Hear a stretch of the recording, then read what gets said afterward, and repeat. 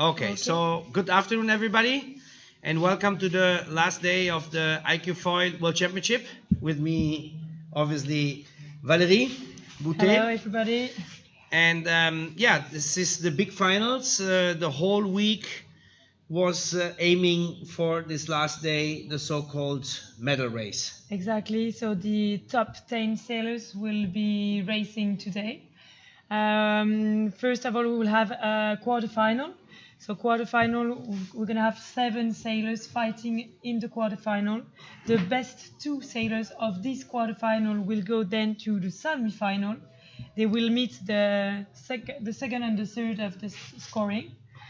And then they will fight all together, like it's a semi-final with 4 sailors, and then one of these 4 sailors will go for the final, and two of them will go for the final and will meet the first sailor of the week. In this case, in the women's category, it will be Marta Maggetti, that yesterday did a great catch-up. She came up, she did 2 great races, even because let's also talk a little bit about yesterday afternoon. Yesterday afternoon was even the newspaper, we can show you, made a big article about it, or you can see it. It says moment d'anthologie. That means it was something that has never done before. In iQFOiL, we sailed races with gusts up to 35 knots, and that was something epic.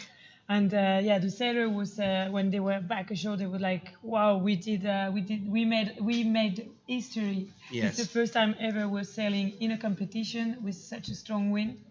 And as we saw yesterday on the live, like the first race of the men was like really pushing hard.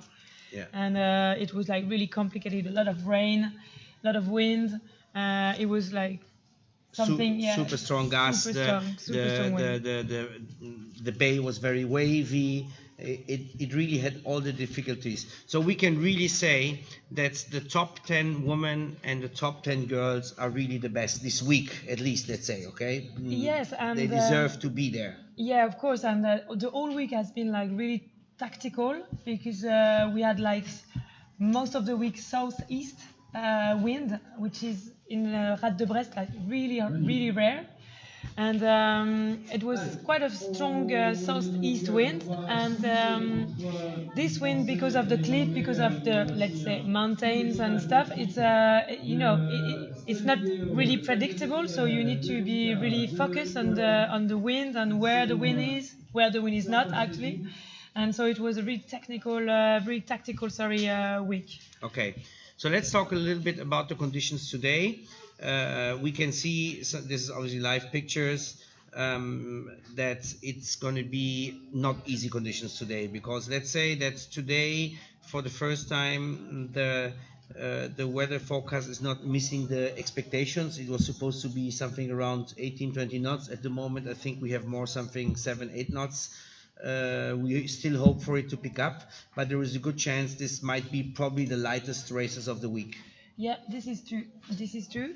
Maybe we can make a little recap of what the course will be today. So we will have a reaching start, as in slalom, and then go to a first mark, and then downwind to a downwind gate. Something that we have already seen in the week. Yes.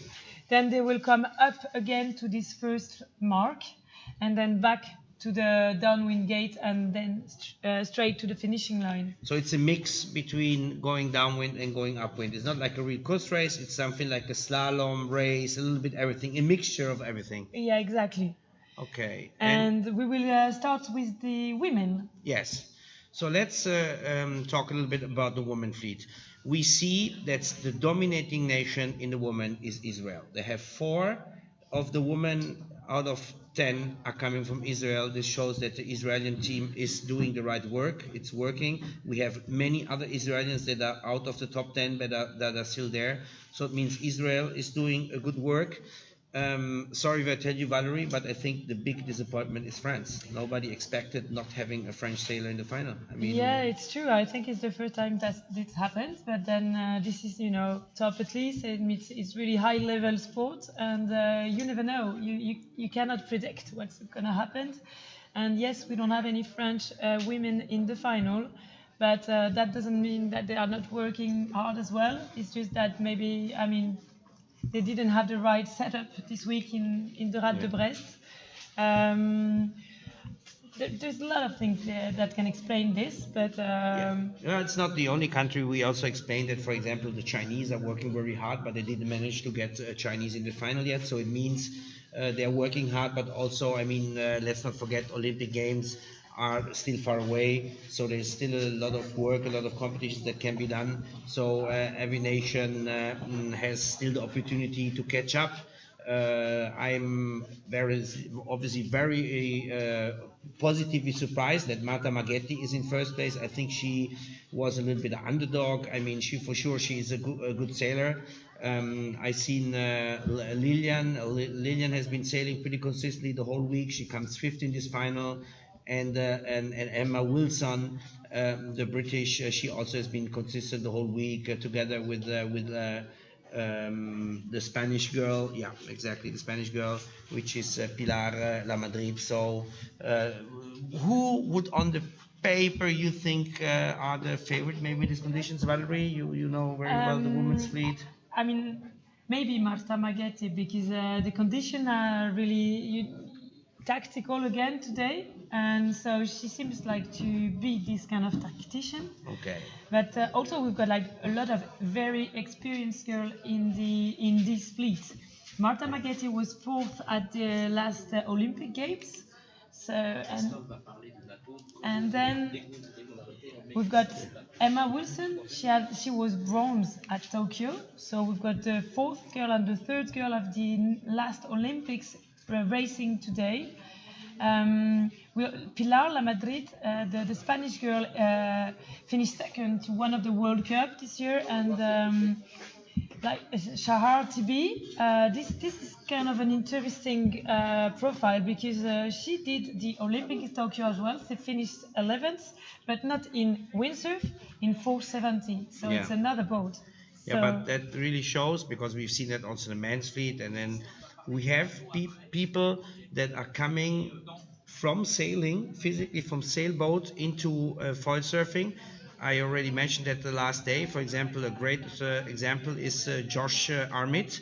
He is also coming from laser, very competitive level, not Olympic level, but very competitive level. And he said that he tried foiling, he immediately liked it, and he decided to go for the Olympic program. So that is quite fascinating that windsurf foiling is attracting sailors from other sailing categories. Yeah, and I think we can go on the water because Christophe is there, and maybe he's got some nice info from the water. Oh, he's on the okay, Christophe. Screen. Hey, hello? How are you? Excellent.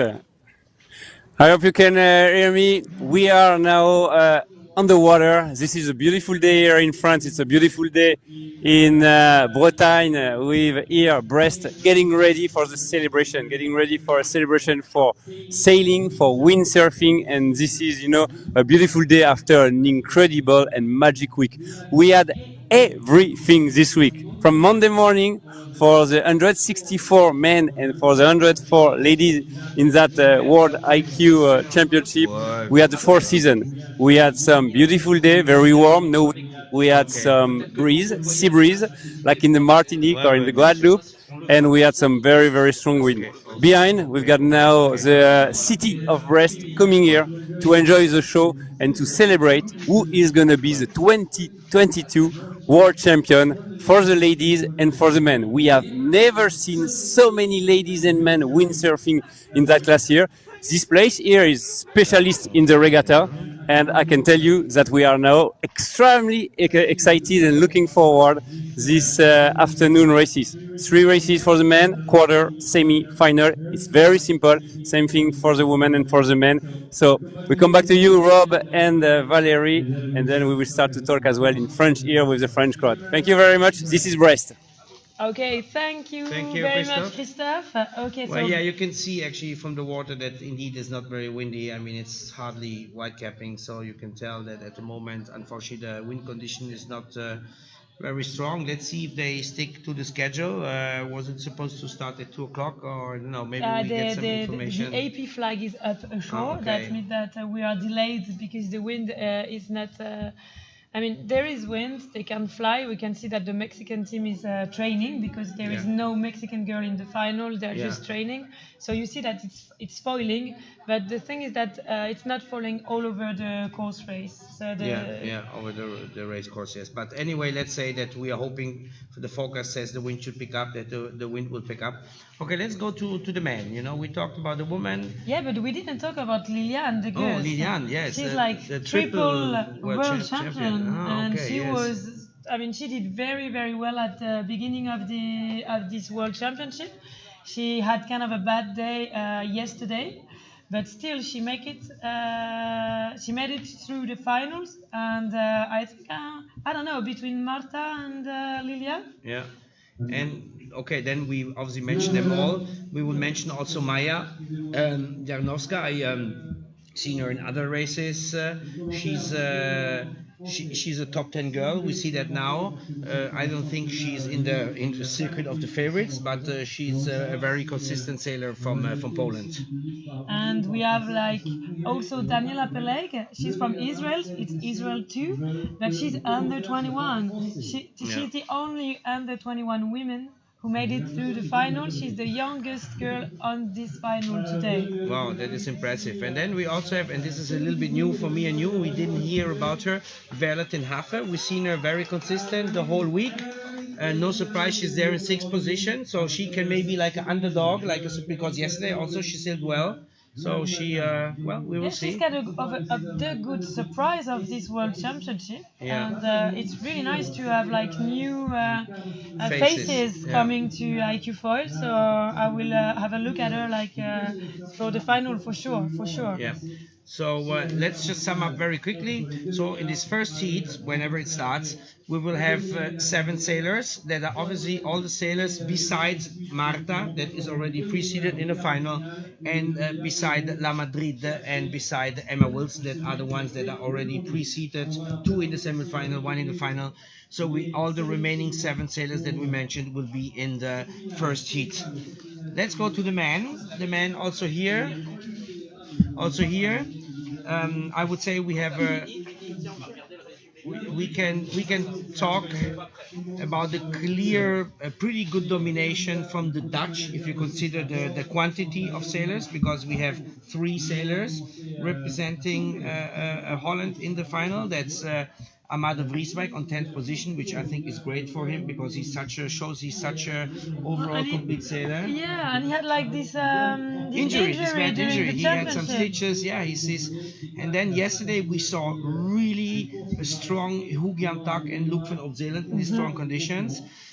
Even though yesterday Sebastian Koerderl had a pretty bad day, he performed pretty bad, but he knew already he was qualified. He knew already he was qualified, and he knew already he was like stuck to the final. Yeah. So I think he took it easy yesterday because the wind was really strong. He didn't want to injure himself or his equipment, so I think it just took it easy yesterday. Then we have 2 nations, Italy and France, with 2 sailors. I'm obviously, from the Italian point of view, I'm very happy to see Daniela, that Benedetti. He's been super consistent.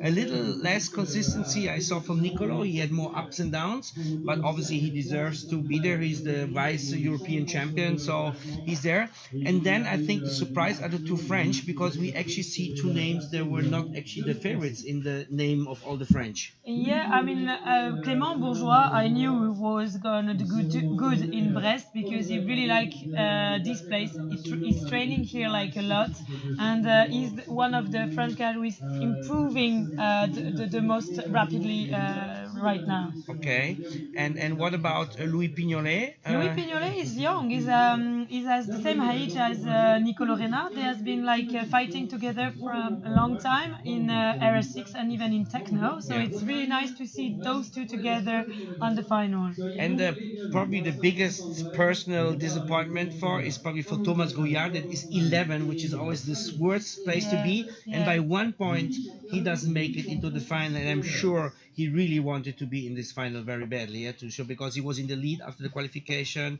So I think he must be I don't know if you talk to him, but that's always bittersweet when you are Yeah, I've 1 talked to point him away. yesterday evening actually, but he was pretty fair play. I say he was super happy for Amado, and the two together were like, okay, well done, good job, man. And I thought it was really nice to see. And those guys, they are fighting together on the water, but still when they're ashore, they are like partners and sometimes really good friends as well. Yeah, and it's interesting to see Pavel. I know that Pavel Tarnowski is not an underdog.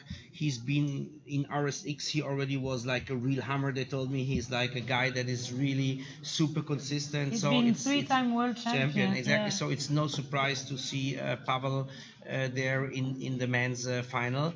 And then I'm also not surprised to see Tom, because Tom Reveny, I saw him the whole week, very consistent. I had him in the interview on the first day of the competition on Monday, and he told me that he feels very good prepared. The Israel team is training very strong, and also the yesterday he did the 8th position in the strong wind. So he also told me they've been training a lot in the high wind. So he seems to be a very complete sailor. Also Tom Reveny, so a guy to keep an eye on.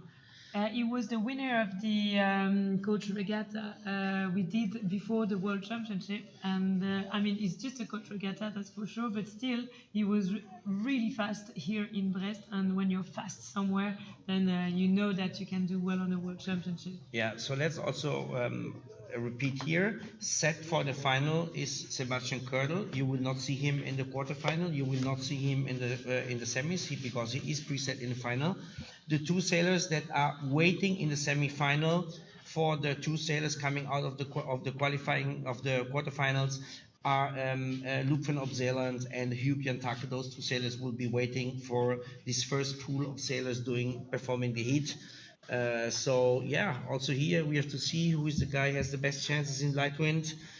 Well, I guess we will tell pretty soon. Yeah, exactly. And maybe because, I mean, we still are delayed because the wind is not increasing. So what do you think about having a look at yesterday highlights? Yeah, yesterday, I mean, was really an amazing day. Maybe we can have some we get some images. And pictures of yesterday. First of all, for us it was a long day because we only started at 5 o'clock. We had this forecast that was saying that the wind would drop. It was hard to believe because we had 50 knots in the gust during the daytime. And I was out there myself with the wave gear, and I really enjoyed myself. And everybody was there. The wind is going to drop. The wind is going to drop. Yes, it dropped, but we are still talking about a drop to 30-35 knots. It was still the windiest RSX race they ever did, and so I think that it was great for the iQFOiL class to do it because. It was interesting to get some feedback about how boys are going, and I was surprised, and I have a big respect for the girls. Look at it. Yeah, this is yesterday's images. Look at the buoy it was laying. Yeah, this is actually even he was interested in see how the conditions are. 25-35 nœuds a priori d'après le comité. Rien n'est joué, hein, on voit que c'est serré, mais voilà, j'ai fait preuve de régularité, donc il faut que je reste sur cette lignée là et faire ça bien quoi.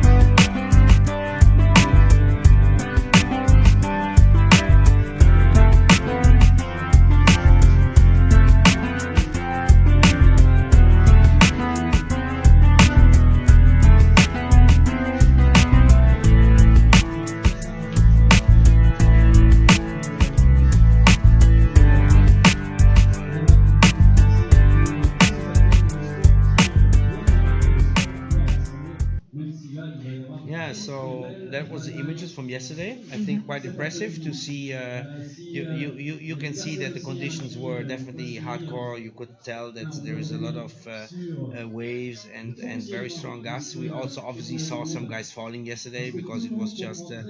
But So hard. I mean, so hard to control the whole stuff. The more wind you have, the more powerful is the foil. So and then yeah, everything was so like enormous, and so like the wind was really strong. It was wavy, it was rainy, and it was, I mean, amazing to see that, and it was a smashing day yesterday. but I saw.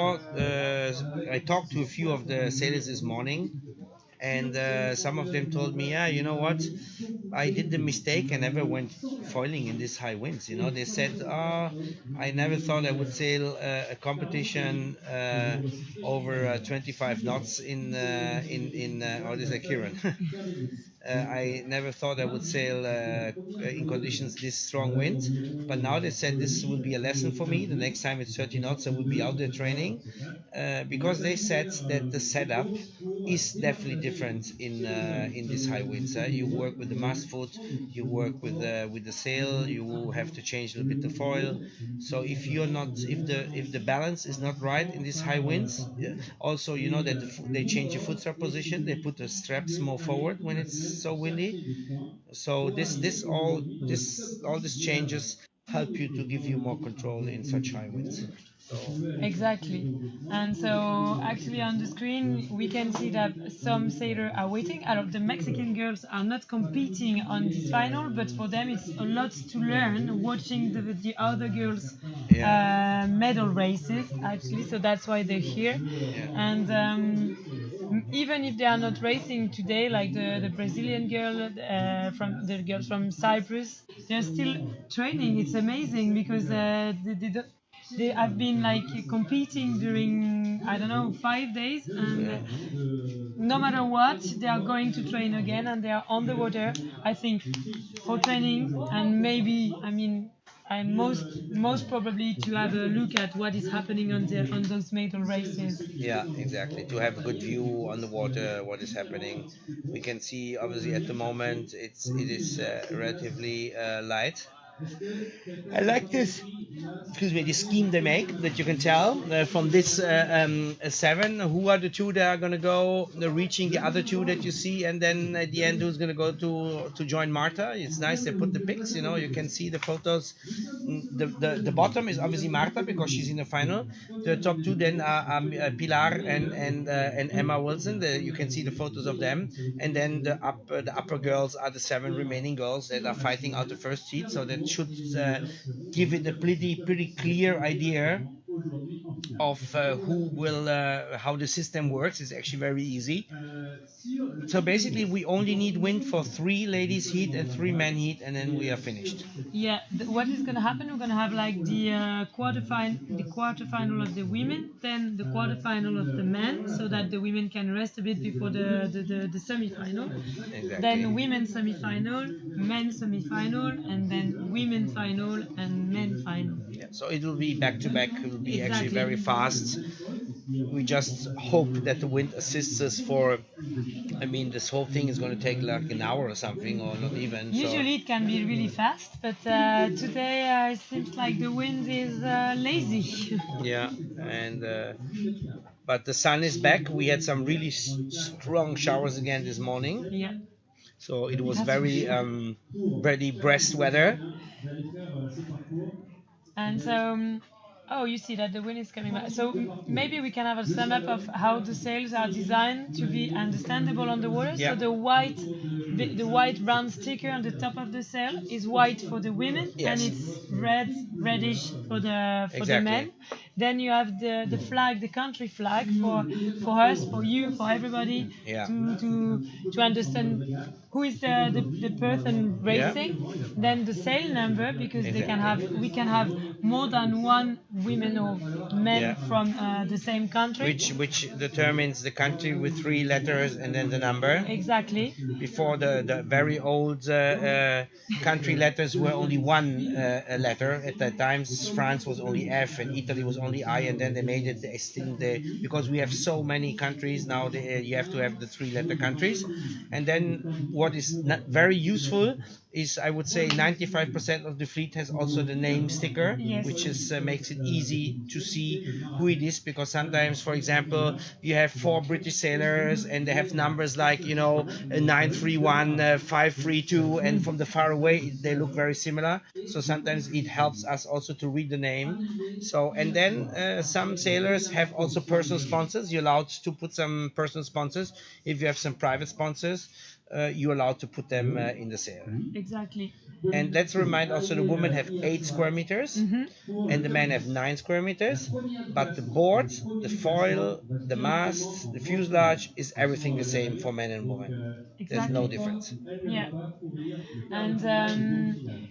And we can see the coach boat, and we can see on the coach boat you've got this kind of strange mast.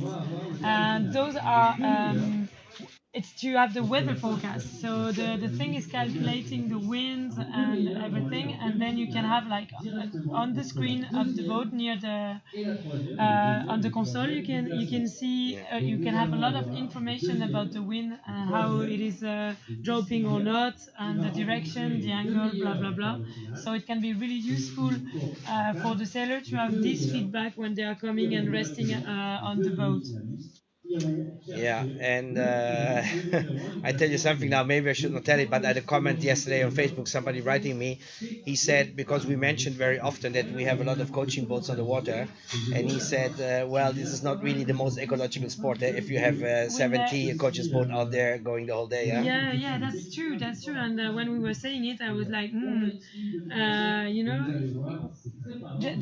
the equipment is, working with the wind, and yes, we've got coach boats, and on this World Championship we've got a lot. It's the first time we've have as much coach boat on a championship, but it's also because this championship is really important. You're not qualifying for the game yet, but still you are fighting to stay in your national team, and you are maybe for some of them also fighting to be the one or the two of the who gonna represent your country on the next World Championship, because the next World Championship will not be an open championship. Only 2 girls and 2 boys from each country will be able to take part in the next World Championship, Which is in the summer in Den Haag. We repeat it in Holland. Exactly. So that's why they need to have like really, really precise information, and that's why you only have like maximum 3 people, 3 sailors per coach. And which, by the way, is also a world championship of all the Olympic sailing classes, not only for the iQFOiL, but also all the other Olympic classes in Den Haag. So yeah, it's called I think a world sailing championship. Yes, or something. exactly. So, And but World Sailing is actually working on having less coach boats on the water during the championship. So this is something that's going to evolve in the future, and maybe we will be. It will be mandatory to share a boat with other coaches. Yeah. And on some competitions already, like the Youth World Championships, you only have one coach boat for all the coaches. So it's kind of funny actually to experience that, because all the coaches are on the same boat talking different language to their sailors. Yeah. And so it's like, I don't know, it's Babylon, but it's really, really nice. And I think this will be expanded, I don't know, to other competitions. Okay, so our let's say our followers don't have to be too worried. It's something we are aware of, something we are working on. So it will be in the future. We will not see that many coaches boats. And in some place, we are not allowed to have coach boat at all, like in Silva Plana, where the last senior world championship was, and where the youth world championship were in last August.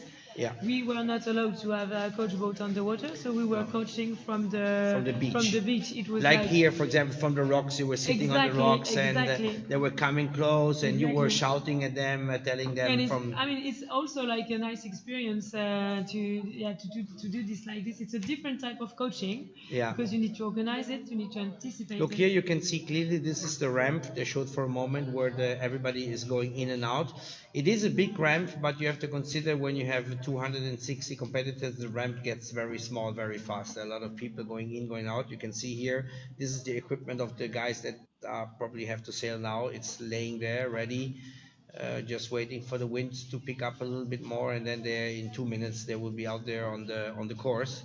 And on the right side, we also see the big building from the Fédération Voile, the white one. We saw that, the big square building. It's the Pôle France. It's a top athlete training center. Yeah. We've got 3 of them in France. One in Brest, one in La Rochelle, and one in Marseille. Exactly. And here we see the iQFOiL. The big setup they made for the competition. Look at the tents. We have 4 big tents. The big tent there is the food tent, and others are all equipment tents. Yes. So a lot of tents for the equipment. We see the small tent is the one from the trackers, because our competitors had to pick up the trackers every day and bring them back because everybody's trackered.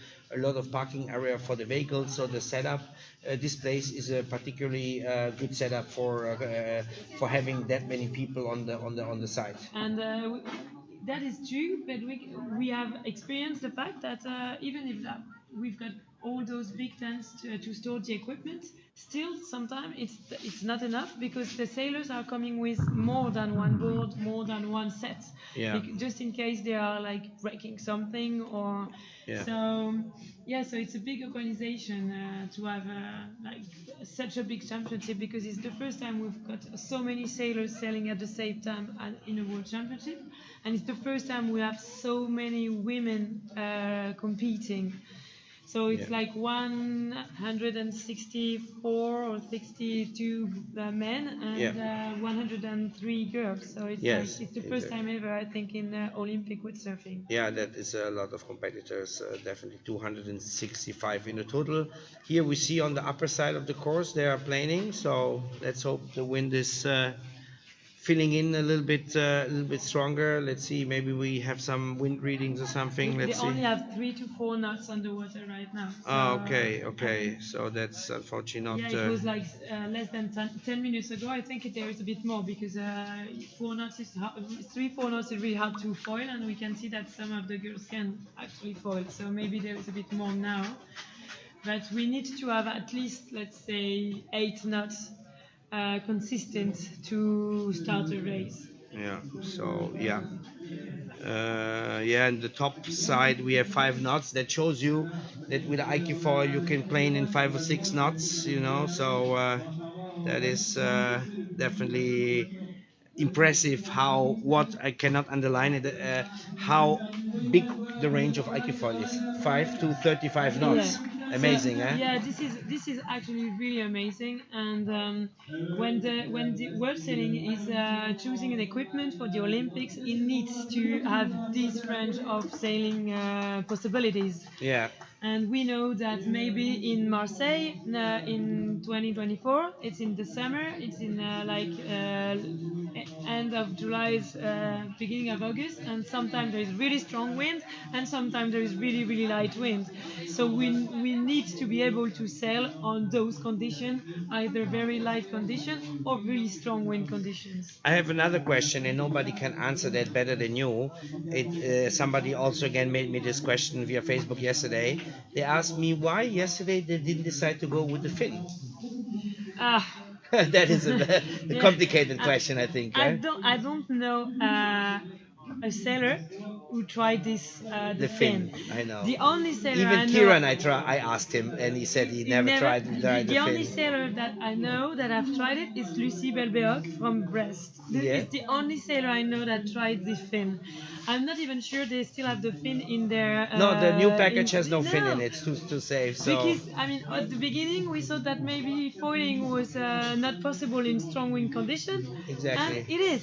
So we don't need to. Yeah, to sail Kieran with the said fin. he doesn't think there is any condition where you can be faster with the fin. There is no way, so that's why. And you know that they have tried to do both at the same time in PLWA. Yeah, exactly. And once I think it's Nicolas Goya. Yeah. He went foiling while the other were With the fin and yeah. he just did so well that all the others say, okay, Yeah. let's go with foil now. Yeah, but now for next year they will change the PW rules again.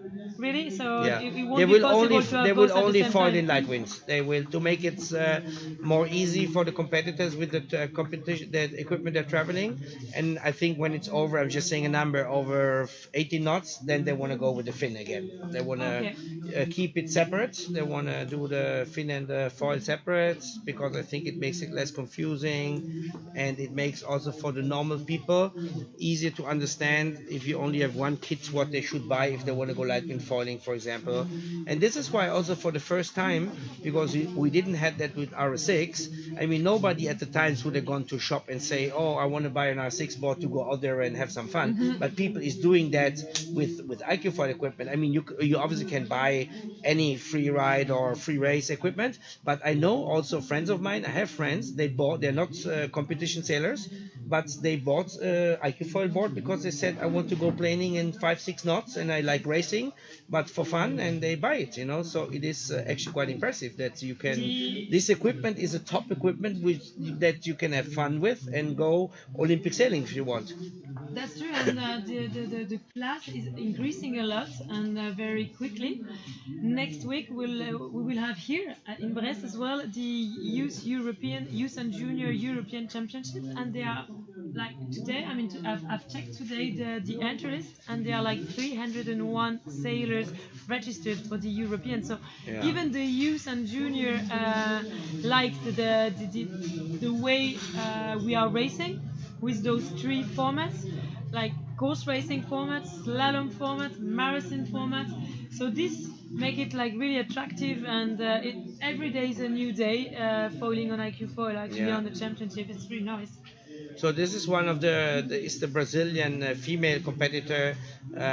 She's not in the finals, obviously, but we only had two Brazilian competitors. One is Matheus Isaac in the men, and this girl, I forgot the name, but There's two girls. There's Bruna and two. Giovanna. Yeah. Okay, two. So Brazilians are not a big squadron, but I heard also that it's getting more and more popular also in Brazil, the Olympic class foiling. Little focus on the race committee. We can see the AP flag up. So the AP flag is this red and white flag, and we can see that it's not not really moving a lot. No, It's no, not very, really. very mellow. So we need this, to have this is a shame. We had like such a nice week from the beginning. Every day we had winds. Except the first day. Yeah, exactly. The first day it was totally It was flat. still summer in Brest, and there was no wind. But after that, we had like really nice wind, able to do slaloms, able to do course racing. The only thing we couldn't do is the marathon because yesterday was obviously the wind was obviously really really strong, and it was maybe like a bit, I don't know, not dangerous, but like to do the marathon yesterday.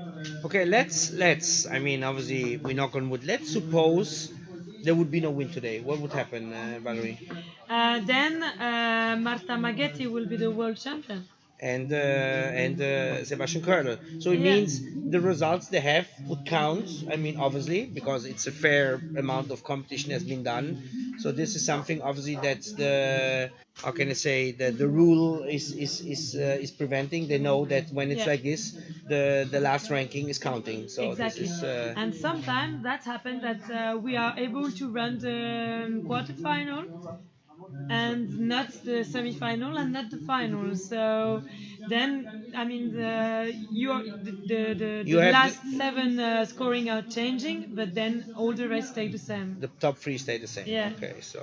Okay, so let's. So this is something that we know, and this is something that the class anticipated, and that it's written on the rules. Actually. Let's say this is really the super nice bonus Yeah. the best way to finish the competition is to do the seats and really make it exciting also for the spectators, for the viewers on the live stream, to see how who is going to take home the medals, you know.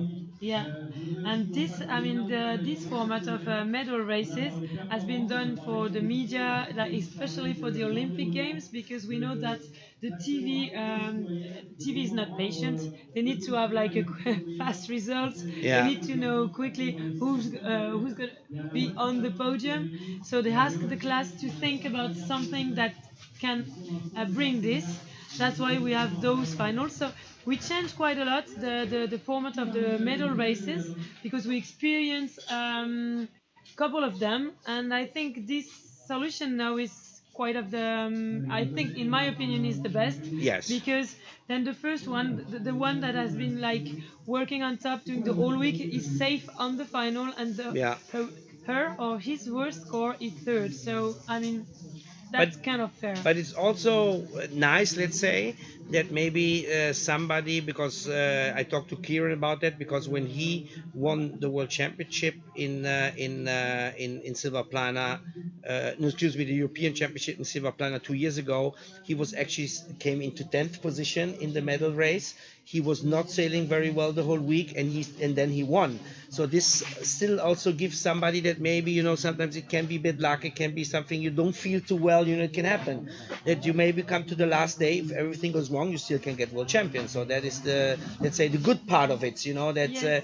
it can, I mean, let's say any of the girls that are now going into this quarterfinal potentially still can get world champion, obviously, and that is what makes it exciting. And if an example like Liliane de Geus, she was like really on the top at the beginning. She had like this bad race day tomorrow, but then she can still win the world championship. Yeah, So yeah. like every race is a new opportunity, and I think this is really cool.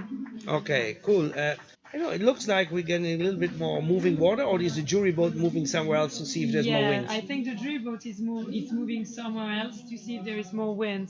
So I hope it's not going to move too far, because Yeah, if not, we yeah, won't have yeah. any Yeah. image on the live. Yeah, exactly. Because But they need, I mean, obviously, they need to find the best the- place for yeah, the sailors. exactly. They need to find the winner's place. Let's remind that the problem is when they go too far right, it is a military zone. For sure, we can zoom with the camera, but we're not allowed to do drone images because it's a very surveilled military zone, and for that area, we don't have the permits to film. Exactly. So, and that's true that the drone images are really nice when you want to see the stars, because you really can see Yes. who is over the course side and who is not.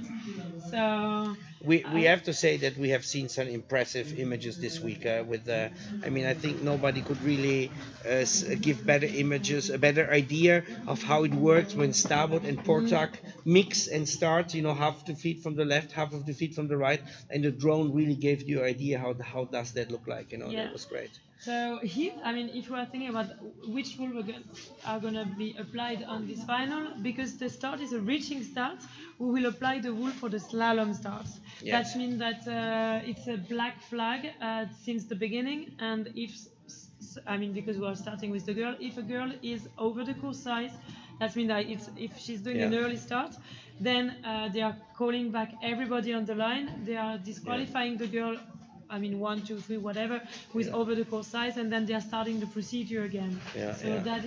that's what's going to be applied on this format, on this medal race. So here we see now this is the French coach boat. This Tom Nicole is not in the final, but he's talking to the coaches anyway. Tom Nicole is actually vice world champion junior. Yes, vice junior, yes, junior yes. world champion. I saw him now. And he's actually, I think, training for the Youth European next week. Yes, exactly. That's why he's out there. You can see the French coach boat. A lot of coaches there in the boat, huh?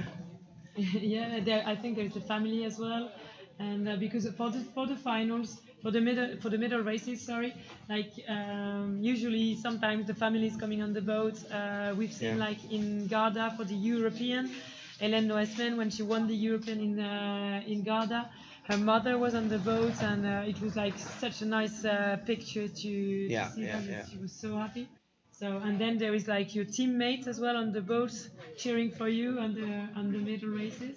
So we're gonna have like a lot of people on the show watching, but we're gonna have a lot of people on the water watching as well.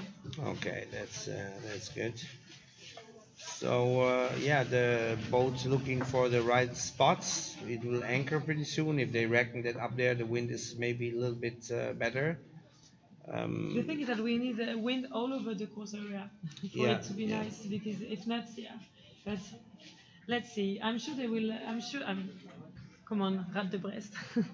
Do something. I'm sure the wind will increase sufficiently for us to see like those really nice medal races. So on the screen we can see that there's a lot of people already watching and waiting for the medal races to be run.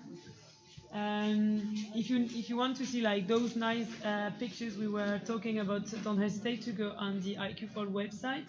On the event website you can have like pictures of their past days, the highlight of each racing days as well, full results, links to the tracking and stuff. So this is another way of following the races.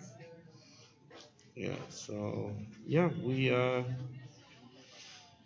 we actually wait for the wind to pick up a little bit. It can happen very fast. We've seen that in the week, or eventually if you have a few gusts coming in, and then it goes very fast. I think the problem is that the wind is a little bit too much southwest than the forecast. The forecast was more for southeast like we had the other days. So it's a little bit too sideshore. Maybe it has to swap around a little bit and. Yeah, I don't know. Usually south or southwest is pretty good in here. I like this wind angle actually.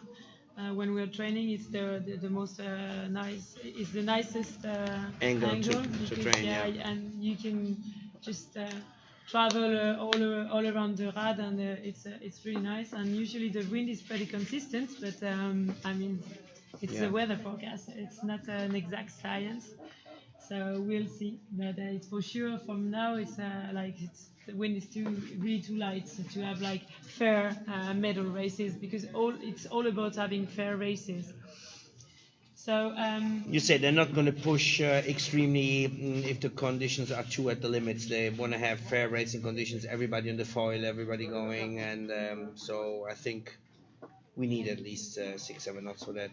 Maybe more like maybe 8 or 9. Yeah, for me, I mean 8 is good, because if not, I mean there will be only 7 on the line, so fair enough.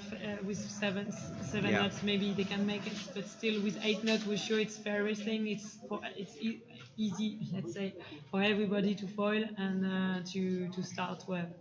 Yeah. So. And let's also underline that Brest is really a sailing city. Yeah? It's not only windsurfing, it's a lot of sailing.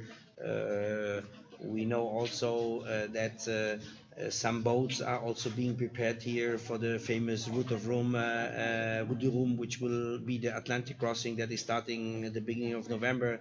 So Brest is really a city for sailing, and I also see. I went further up in the town. There's like also the harbor of the normal boats. There is like thousands of boats. So this Brest is really a sailing city. Yeah, and I mean it's an Olympic sailing city, because it has been organizing Olympic championship for a long time, either in Mistral, RS6, and now iQFOiL. We've got even techno, and because I remember young guys telling me, I was here when I was sailing a techno championship or a big tech championship. So it has a long tradition in organizing Olympic classes. Exactly. Okay, so okay. Well. Okay. Yeah, so we're gonna have some highlights of the other days. A quick pause for us, and as soon as the wind is pinging up, then we'll take the live back again. Yeah, perfect. So we show you some images, and then we come back in a moment. Thank you.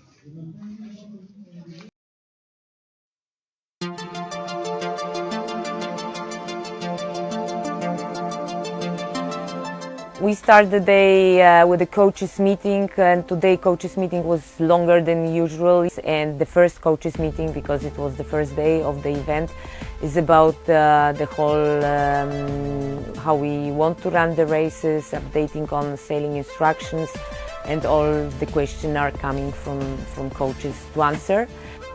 And we were prepared for that. We went on the water, we were measuring the wind.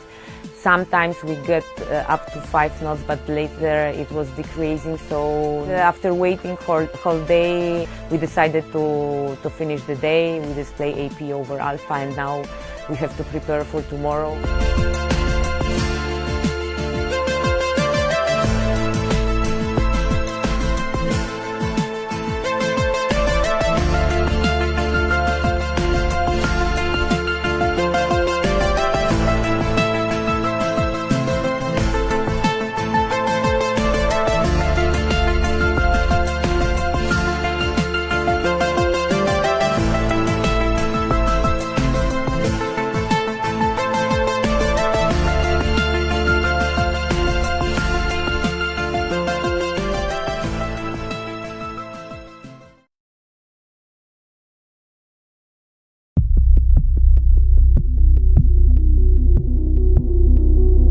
So today is the second day of racing, and well, actually we are waiting for the boys to finish at least 2 races of slalom, and maybe if we get luck with the wind, we will go out and we will do another 2 races of slalom, and if the wind picks up, we will do some cross racing too.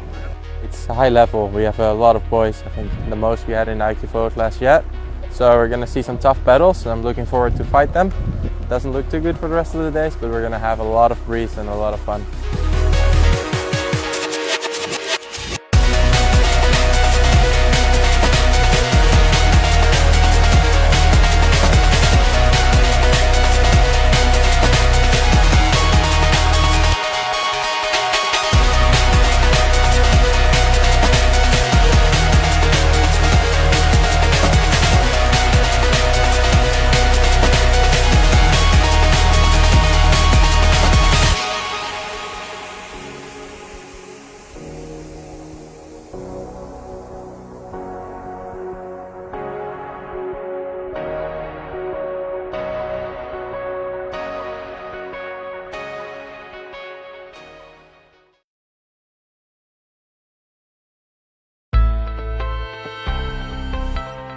Today we are in the planning to have 4 course races, and the wind looks already great.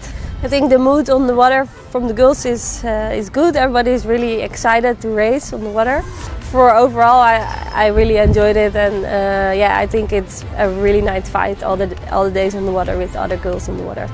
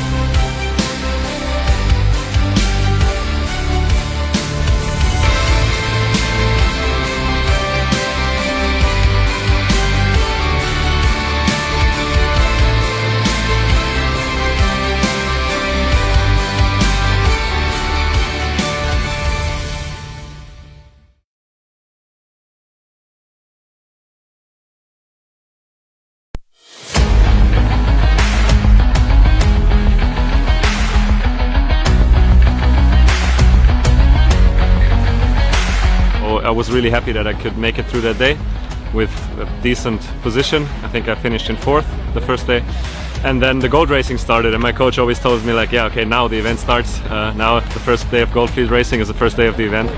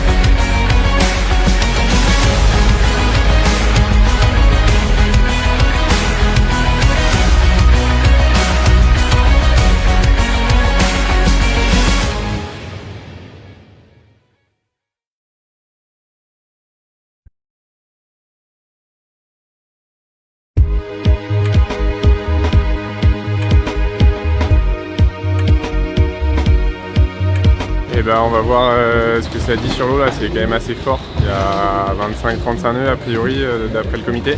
Rien n'est joué, hein, on voit que c'est serré, mais voilà, j'ai fait preuve de régularité, donc il faut que je reste sur cette lignée là et faire ça bien quoi.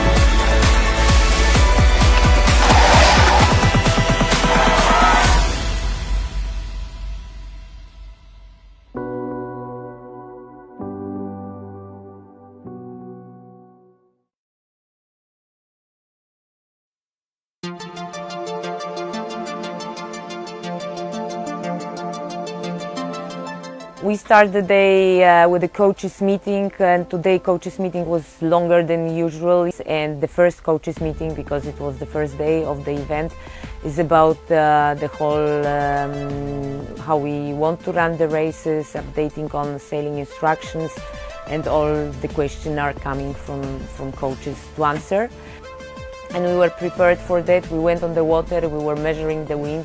Sometimes we got up to 5 knots, but later it was decreasing. So after waiting whole day, we decided to finish the day. We display AP over Alpha, and now we have to prepare for tomorrow.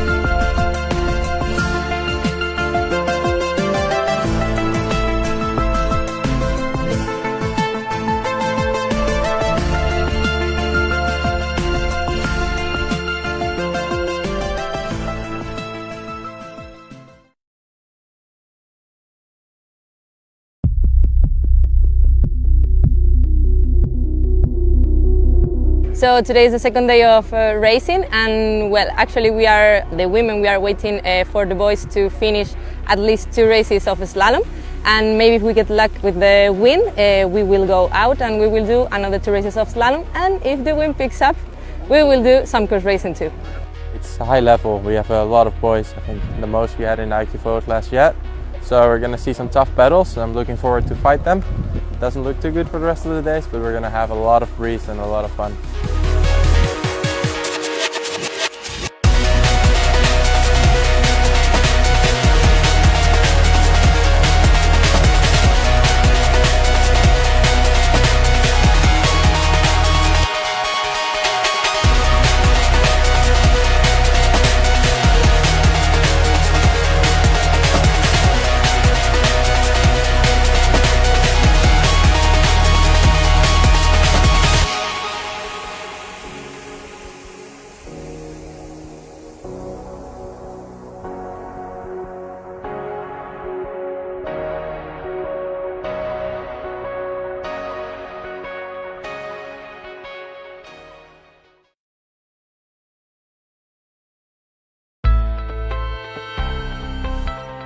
Today we are in the planning to have 4 course races, and the wind looks already great.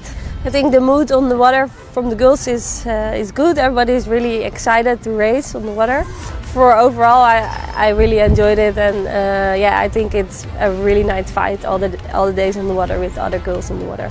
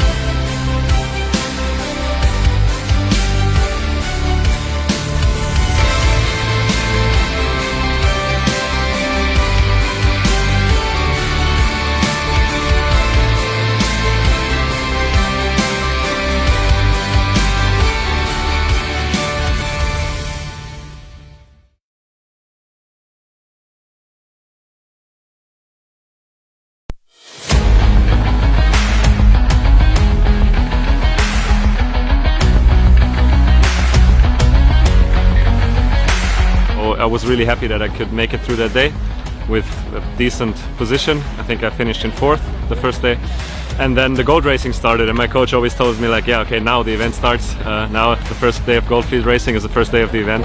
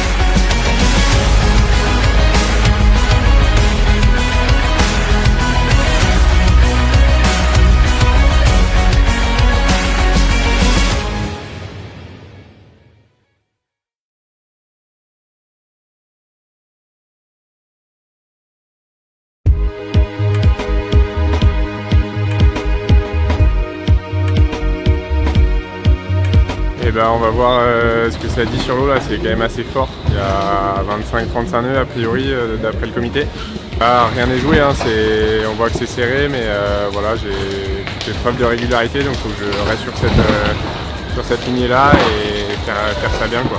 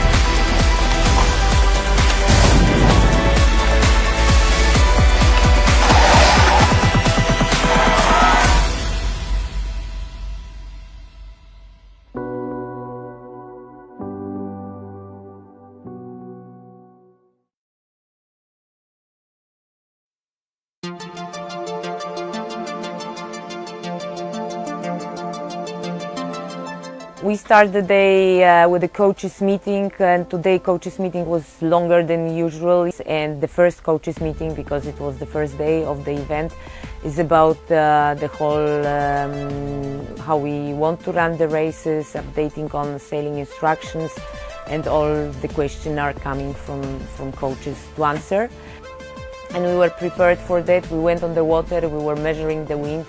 Sometimes we got up to 5 knots, but later it was decreasing. So after waiting whole day, we decided to finish the day. We display AP over Alpha, and now we have to prepare for tomorrow.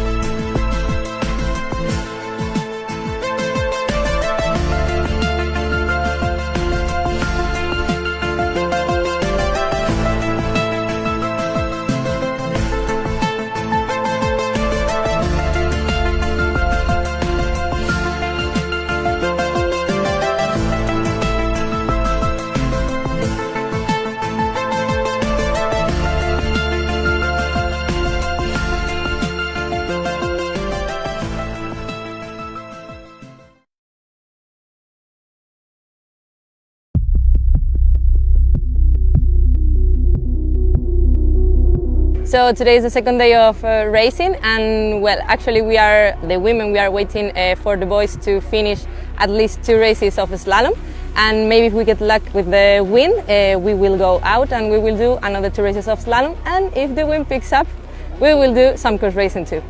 It's high level. We have a lot of boys. I think the most we had in iQFOiL class yet.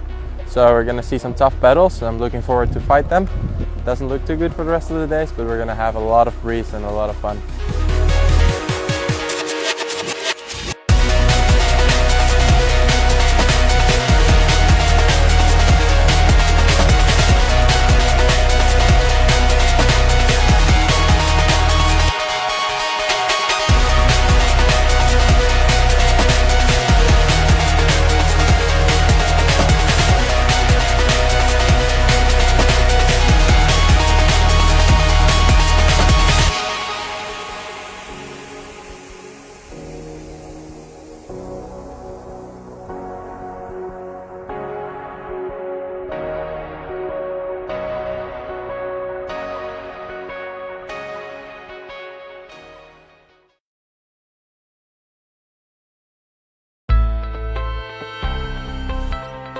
Today we are in the planning to have 4 course races, and the wind looks already great.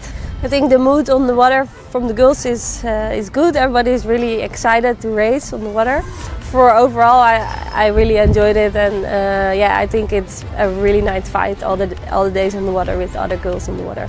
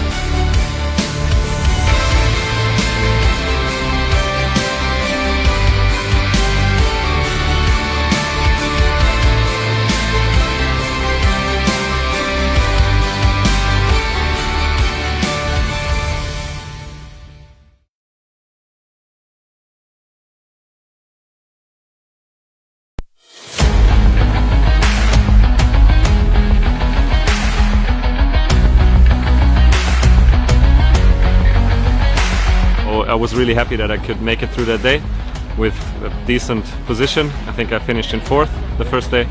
And then the gold racing started, and my coach always tells me like, yeah, okay, now the event starts. Now the first day of gold fleet racing is the first day of the event.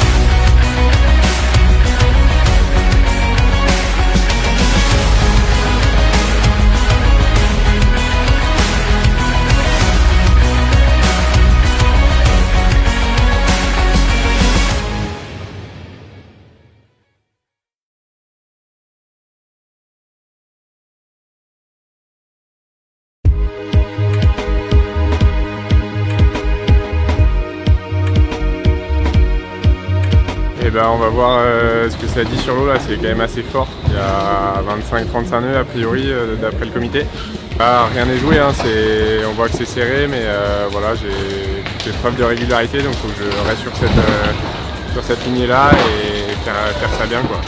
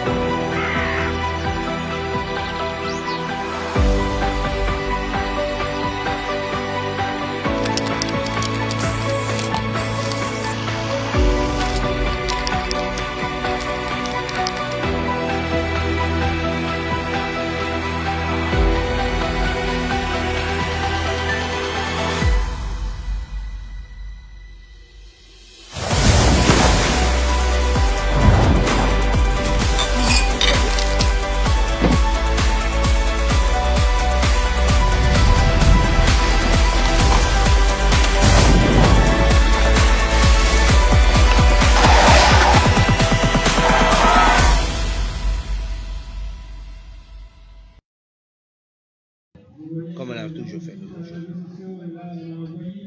Okay, so we're back on live because Yeah. things are moving on the medal races of today, Yeah. on the last day of the iQFOiL Senior World Championships. Exactly. So the plan stays the same. We start with the quarterfinal woman. The only thing that we change is the course, Valerie. Eh? Yes, we're gonna do downwind slalom course. So that's the slalom course we already experienced. So we can explain it again. We will have a reaching start, then a downwind, and then a slalom before finishing. Exactly. So it's not the classic downwind, you know, from PWA with 4 jibing marks, but it's free jibing between mark 1 and 2, because it's a very open angle, so everybody can decide which part of the course he will go, and then everybody has to go around the last mark, and then it's just the reach to come into the finish line. Exactly. So maybe we can have have a quick update of who's are the women that are in this quarterfinal.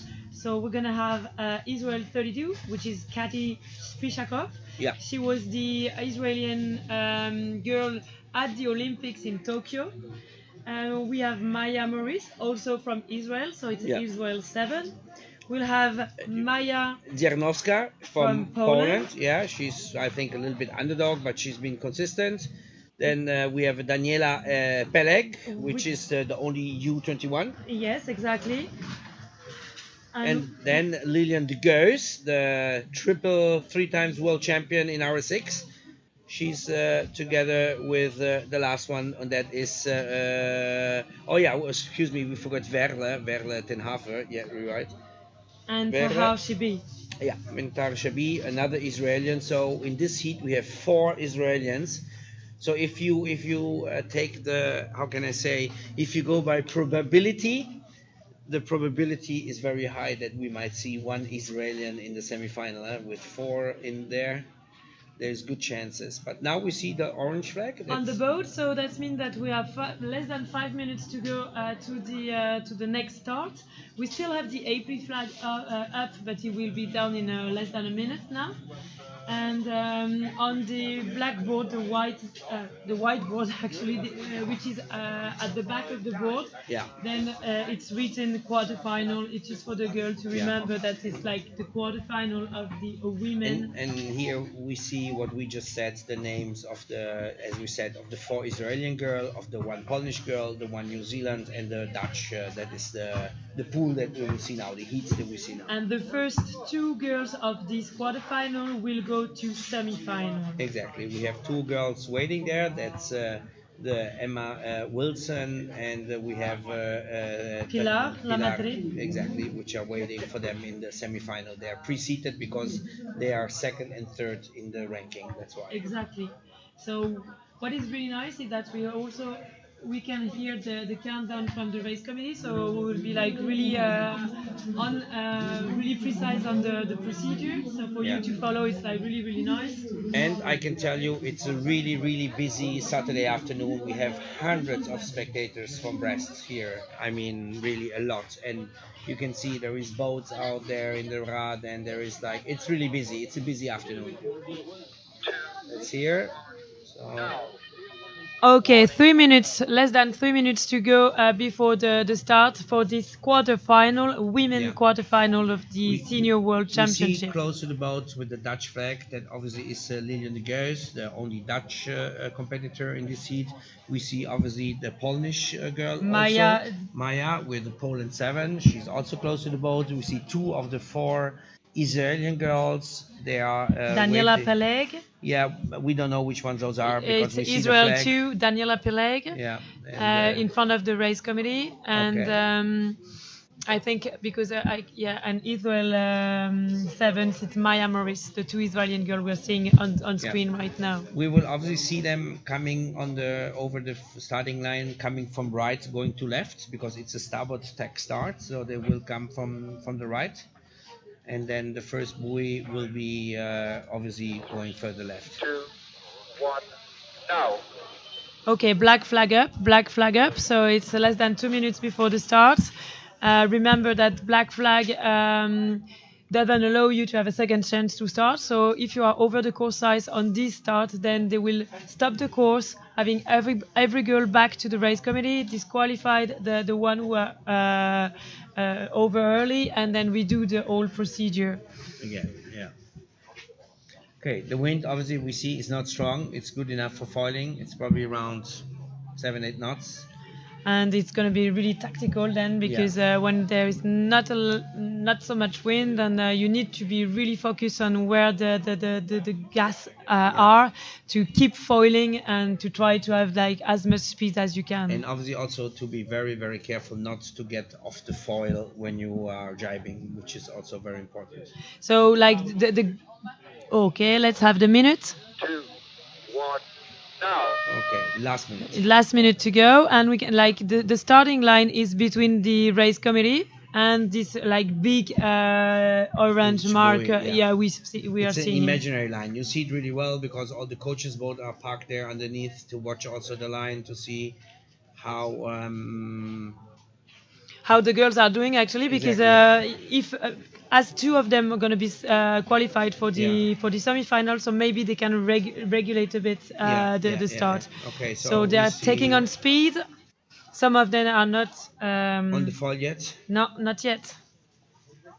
Some of them are already, maybe a little This bit is too really fast. complicated, like a slalom start when there is not much wind, because either you decide to start from far away and but you need to keep foiling, and you're taking some risk, or you can choose to be like really close to the line, but then you need to be really fast in foiling and accelerating. Okay. So we don't. I mean, I couldn't. So. Okay, so it seems to be all clear. It seems to be a clear start, but so 3 got glued. Yeah, exactly, and you can see that it's really hard to foil, and this is terrible, because for those girls, if they can't manage to foil, then it will be impossible to qualify. So it means that Maya didn't take off. One of the Israeli girls didn't take off. And also the New Zealand girl didn't take off, because we have basically Lilian, the girls, against 3 Israelis that I have not seen which ones they are, but the other ones are out of the race. So let's see. This is very. So Lilian, Katy Spishakov, Maya Maurice, and Daniela Peleg. So Daniela, she's really impressive, because she's so young and she still managed to do it like as a really experienced sailor. Yeah. So you can see they're like going through the downwind. So the way, I mean, the place where they're gonna have their jibe is really important. Because as there is not that much wind, then you really need to be precise on the ley line, not to have to do too much and you want to try jibing. to jibe maybe when you are sure you get a good gust. Look, now the Peleg is jibing away. And you see like the jibe is so crucial. Yeah. They're pumping the boards. Yeah, one jibe was better than the other one, but both of them flying here, the Israelis. There is some good gas. Because you can see that they can accelerate on this one. You're right. So here we've got like those 3 Israeli girls: Katy, Israel 32, Daniela, Israel 2, and Maya, Israel 3.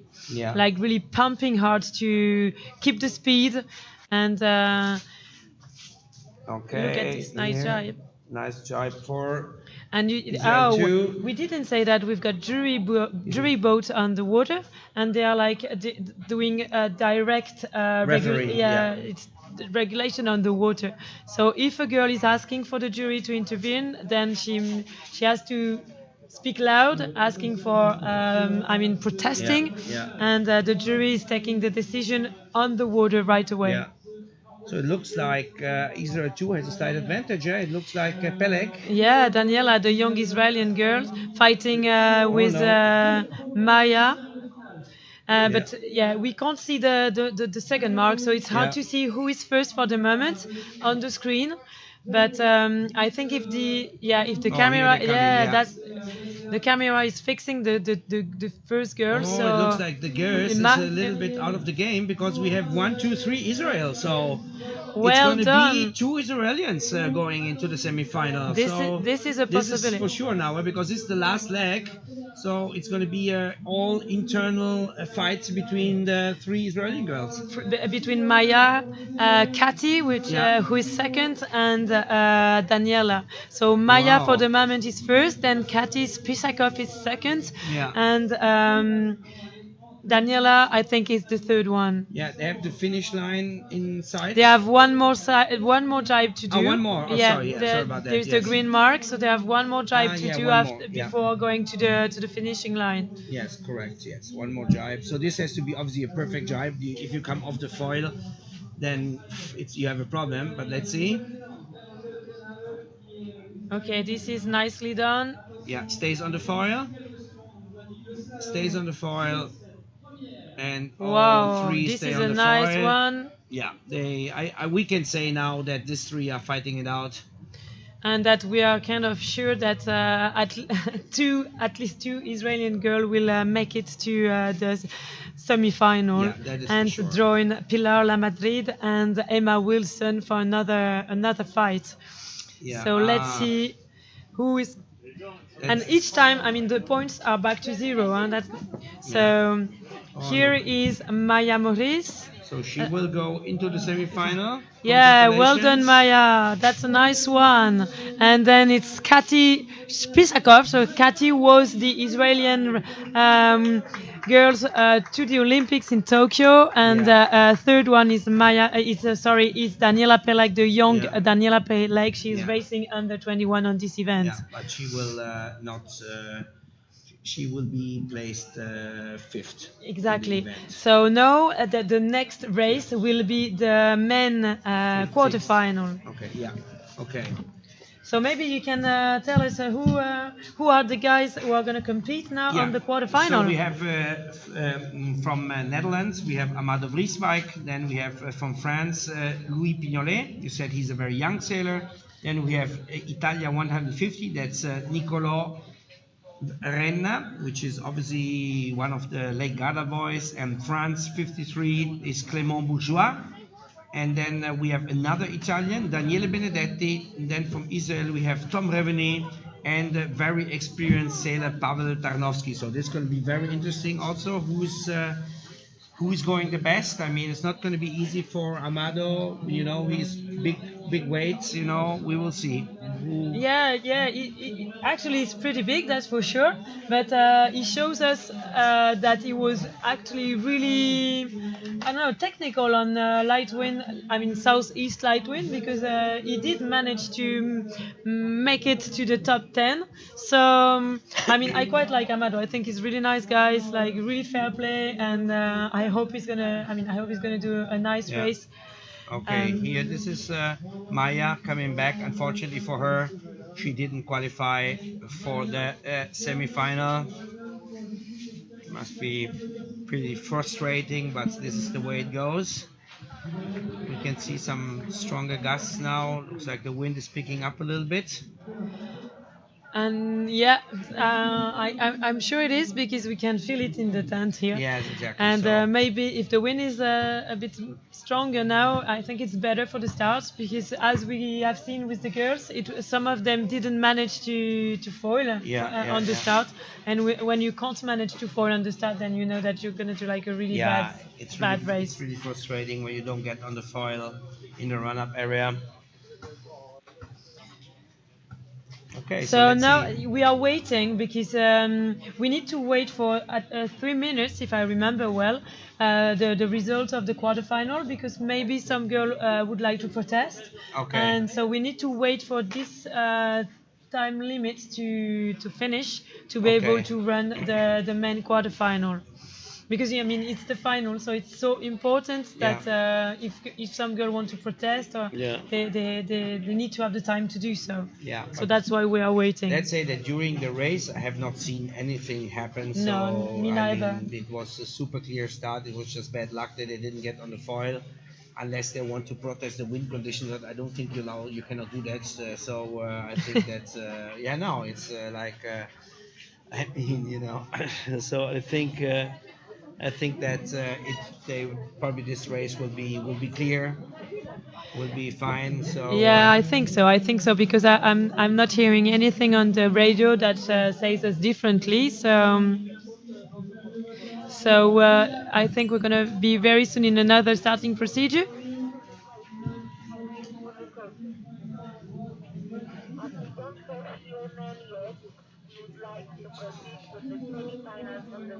Oh, okay. So they're going to change it, actually. They've decided to run the women's semi-final straight away. The race committee is like modifying the schedules. So next race will be the women semi-final. Okay. So I think we're going to wait a few minutes to get them back after the start. For them to come back, because they need to go up to the race committee, and they need a bit of a rest as well. So next start will be women's semi-final. This is strange. I'm a bit surprised, but maybe I can have like a bit more info. Yeah. But I mean, there is no like rule. The race committee they can can do decide whatever they want, what yes, is for best sure. for the race. So in this case, the race committee decided to go for the women's semi-final. So we're gonna wait for the men later on. Yeah. We will see what's going to happen. So waiting period.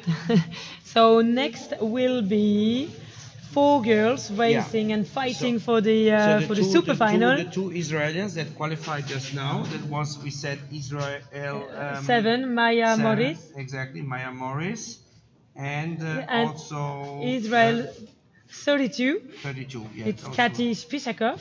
Yeah. And they will meet Pilar Lamadrid. Exactly. Espanol 12 and GBR 7, who is Emma Wilson. Okay.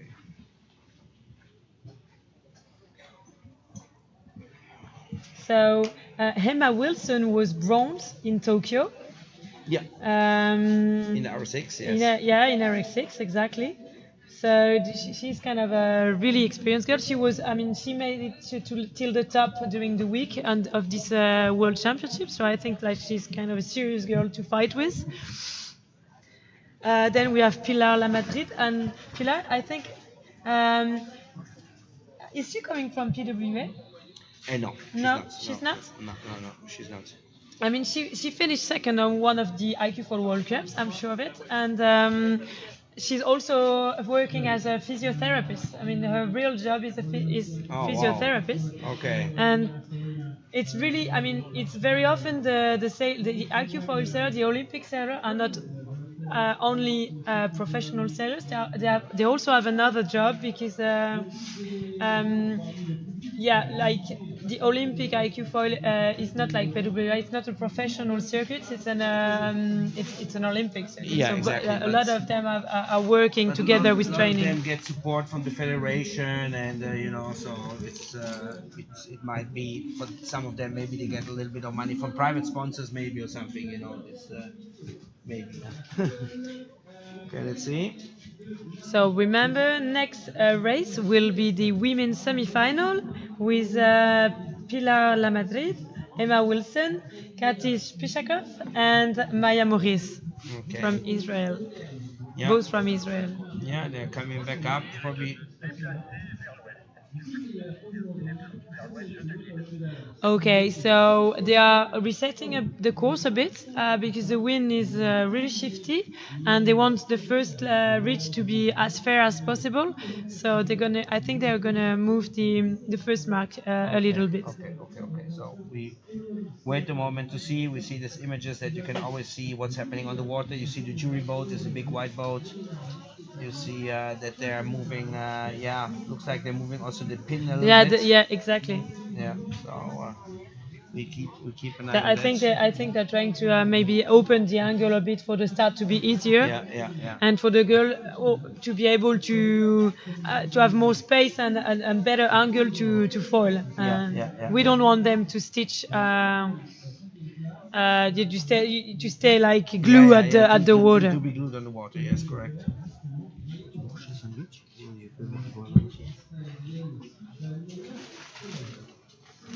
Okay, so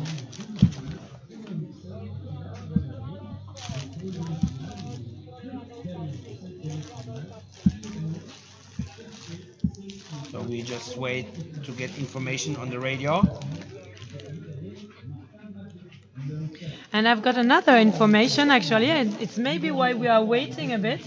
It's that they seems to not be so sure about who finished second of this race. So there is a bit of a suspense. They are like having a double check with the video. So let's see. So they are checking the video. They are moving the angle of the starting a little bit.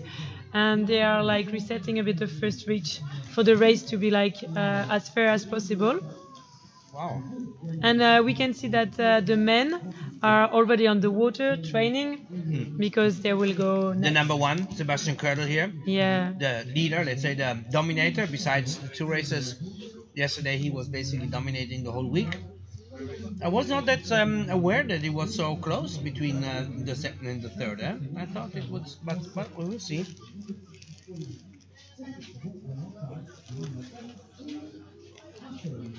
There's a lot of people around the race committee waiting for the new starting procedure. It seems like it's funny because the impression we've got here from the video is that like everybody is glued to the pinhead, but I think it's just an impression.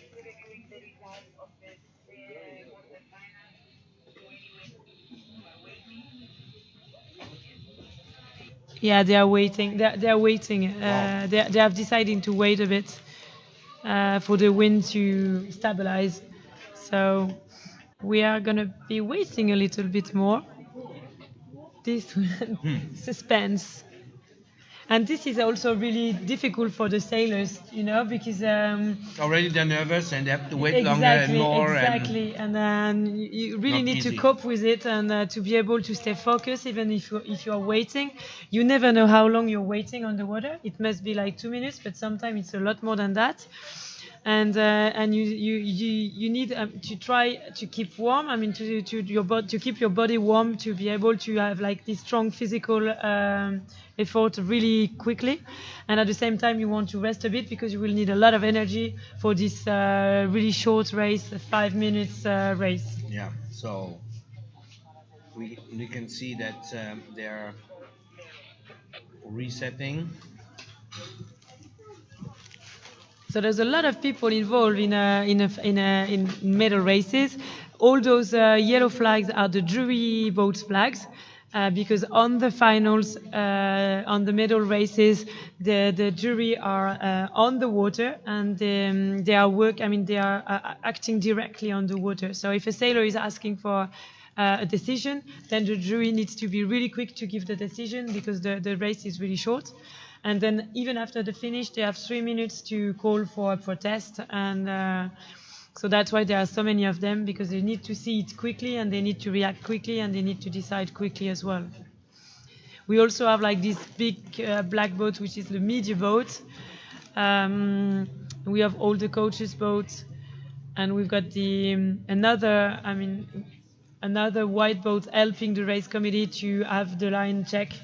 And usually this other white boat is just behind the pinhead mark, the big orange pinhead mark, to help The one that they are moving around Yeah. now. We just saw them pass with Exactly. the pinway.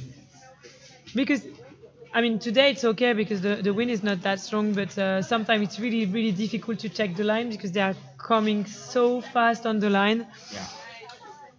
So you need very often you need to double check with another boat and with a video as well.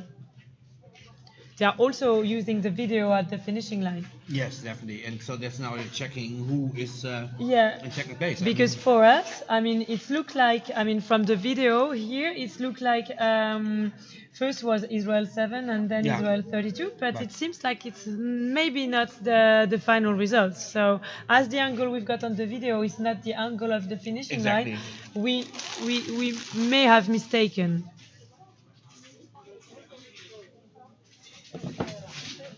Je répète, ISR 7 et deuxième qualifié ISR 2. So actually, the finishing line is confirming that the 2 Israelis that qualified for the semi-final are Israel 2 and Israel 7. Wow. So Israel 2 and Israel 7. So Israel 2 is Daniela Peleg, under Wow. 21, and Israel 7 is Maya Morris. So you can see on the screen the names of the 4 girls who are going to fight for their place in the super final. Yes, in the final. So the top 2 will go in the final. So, wow.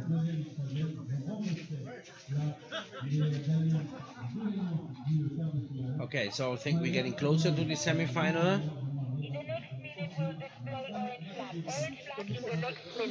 So orange flag in the next minute. So it's going to be really quick now to have another race. Yeah. Okay. Good. Okay, careful for the orange flag. So semi-final women, orange flag will be displayed.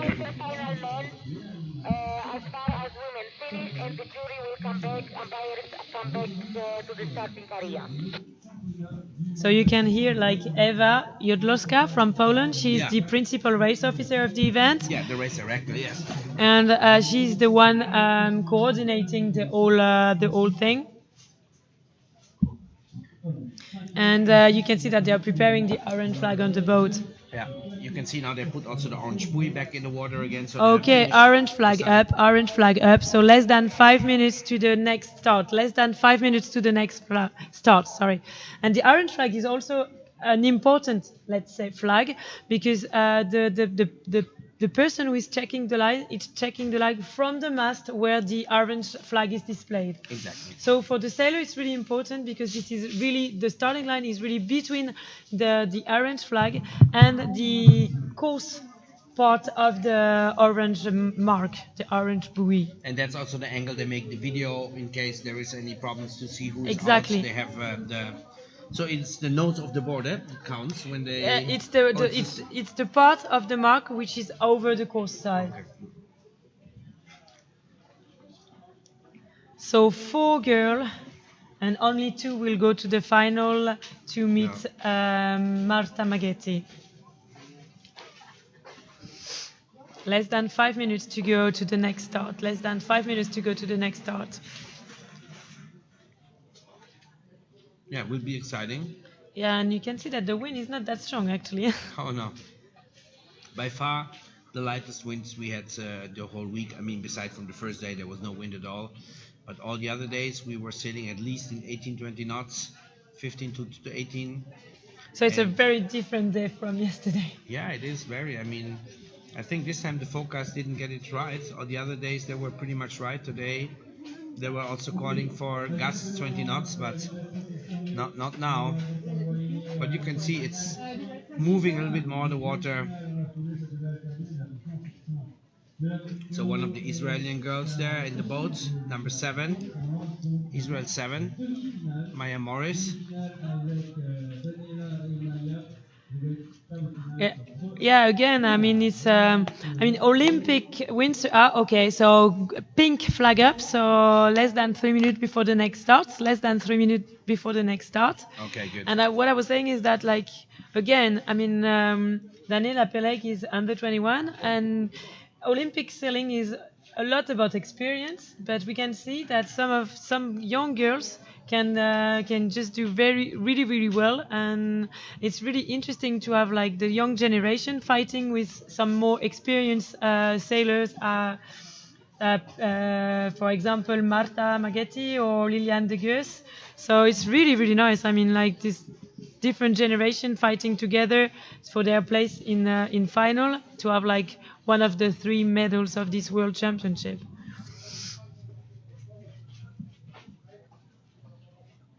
So we can see Emma Wilson. Yeah, nice view. They are waiting. The wind is not that strong, so they are waiting. Okay, black flag up. So less than 2 minutes before the next start. Yeah. And they are really waiting quite a long time before foiling. It's okay. Here they are.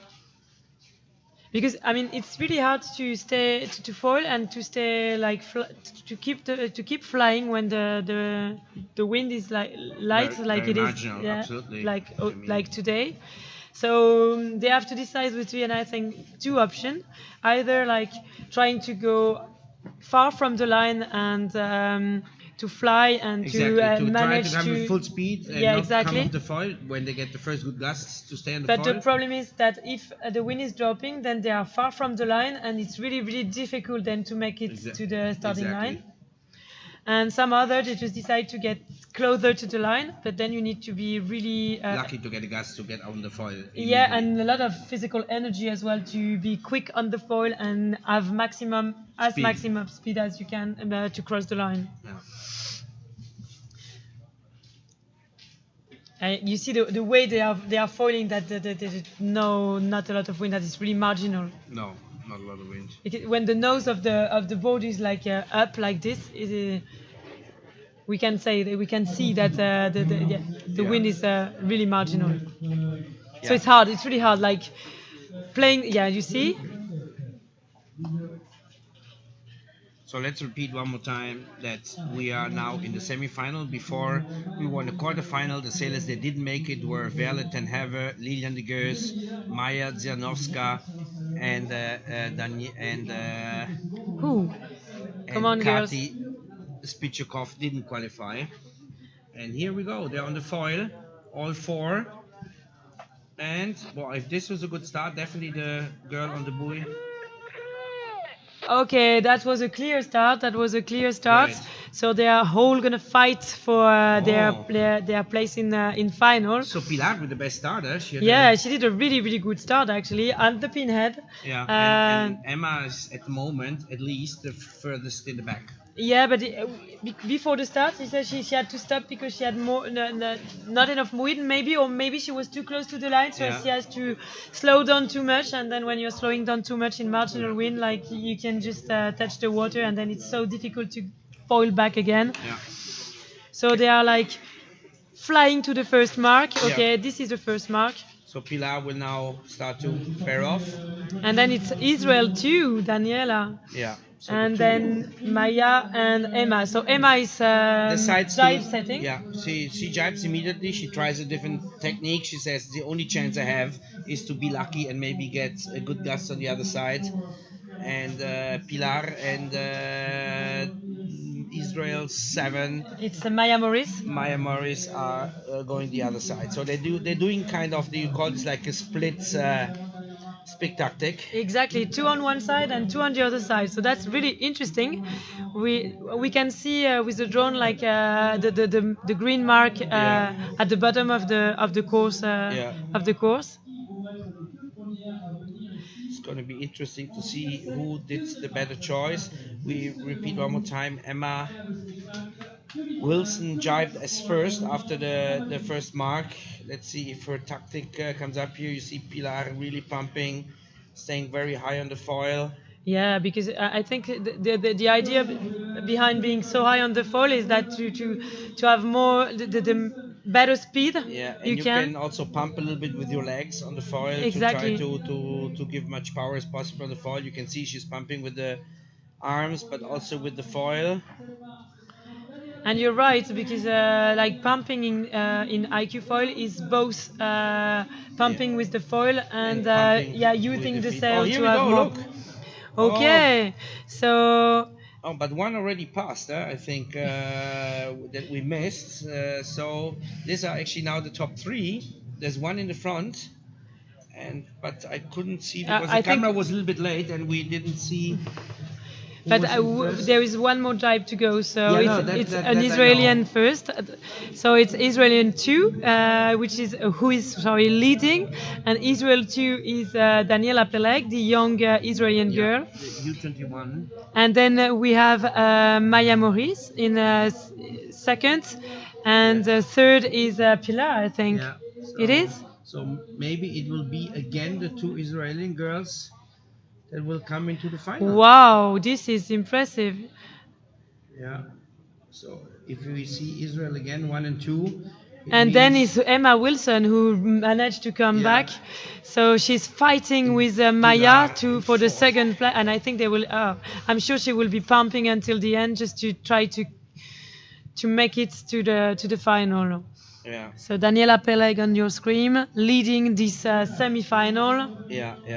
Oh, look at it. So maybe you don't think that sometimes it seems like something negative, but when you come from the quarterfinal, you have the advantage that you already know how the conditions are and maybe easier to adapt. Yeah, but still you are tired. Wow, what? Yeah, that's so nice, so nice. Super, bravo. So Israel again, 1 and Yeah. 2. Oh, that's super cool. I mean, Daniela, wow. Yeah. So the young girl, Daniela So Peleg. yeah, you were saying that playing the quarterfinal can give you information about how the win is on the course, and I think you're right. But at the same time, you're really tired because you already did all Set the for efforts heat, to you sailed qualify. back up. Yeah, Yeah. exactly. Okay, So- let's hear now what is in the plan, what we do next. I guess we're going to do it with the men now. Look at the two.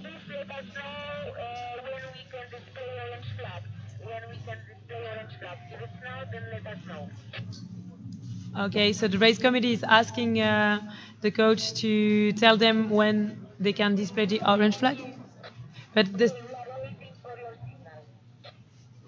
So, because if we are going all through the women medal races, then those girls should go up to the Yeah. top mark, to the starting area. Sorry, but it seems like they are resting for the moment. So I don't know. Maybe we're going to switch to the men. I don't know actually. Yeah, they're I don't giving have an info. applause now to Pilar, obviously, and to Emma that are coming over the finish line too. So obviously, a big applause also goes to Pilar La Madrid and also to Emma Wilson. They didn't make the final.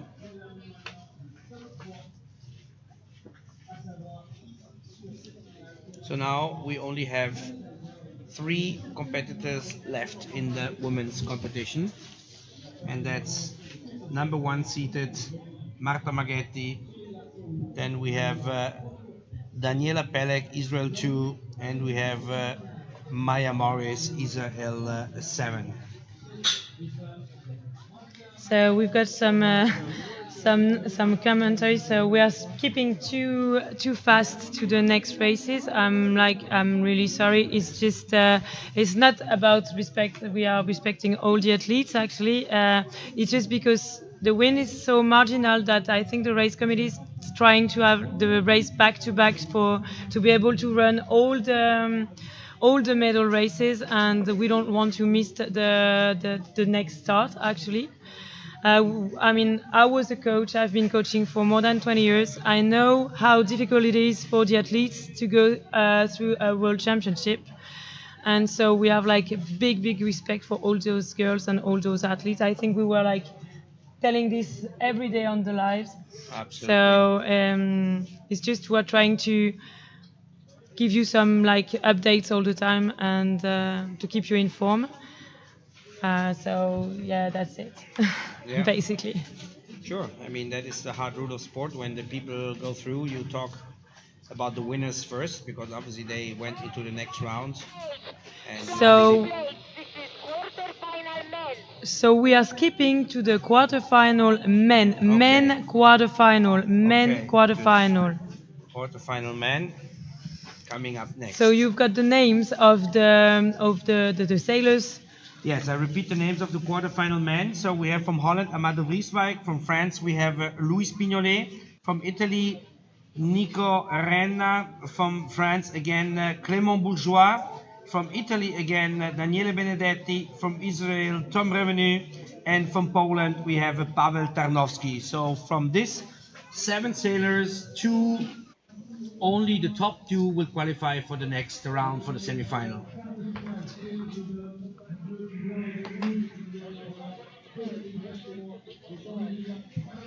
I think the way they are doing it, it's for the girls, those 2 Israeli girls, to have more rest to be able to run the Yes, for final.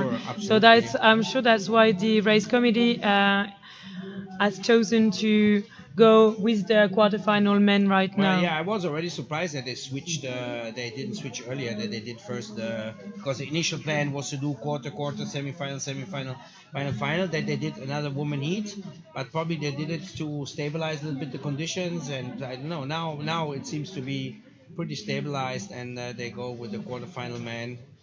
and then probably they're going to go with the final woman, and then they're going to go back to the semi-final man, and then probably We will see. The thing is that we can see, we can follow the race quite easily because we can see the race committee. So we can see the flags on the race committee that give us info about what is the next race, and we can see like those red round stickers on the sails with the. So we can identify the men like this. So we know, we are like 100% sure we are on the main quarterfinals right now. And you can see the yellow flag up on the race committee. So it's less than 3 minutes before the next start, and next start will be men quarterfinal. Yeah.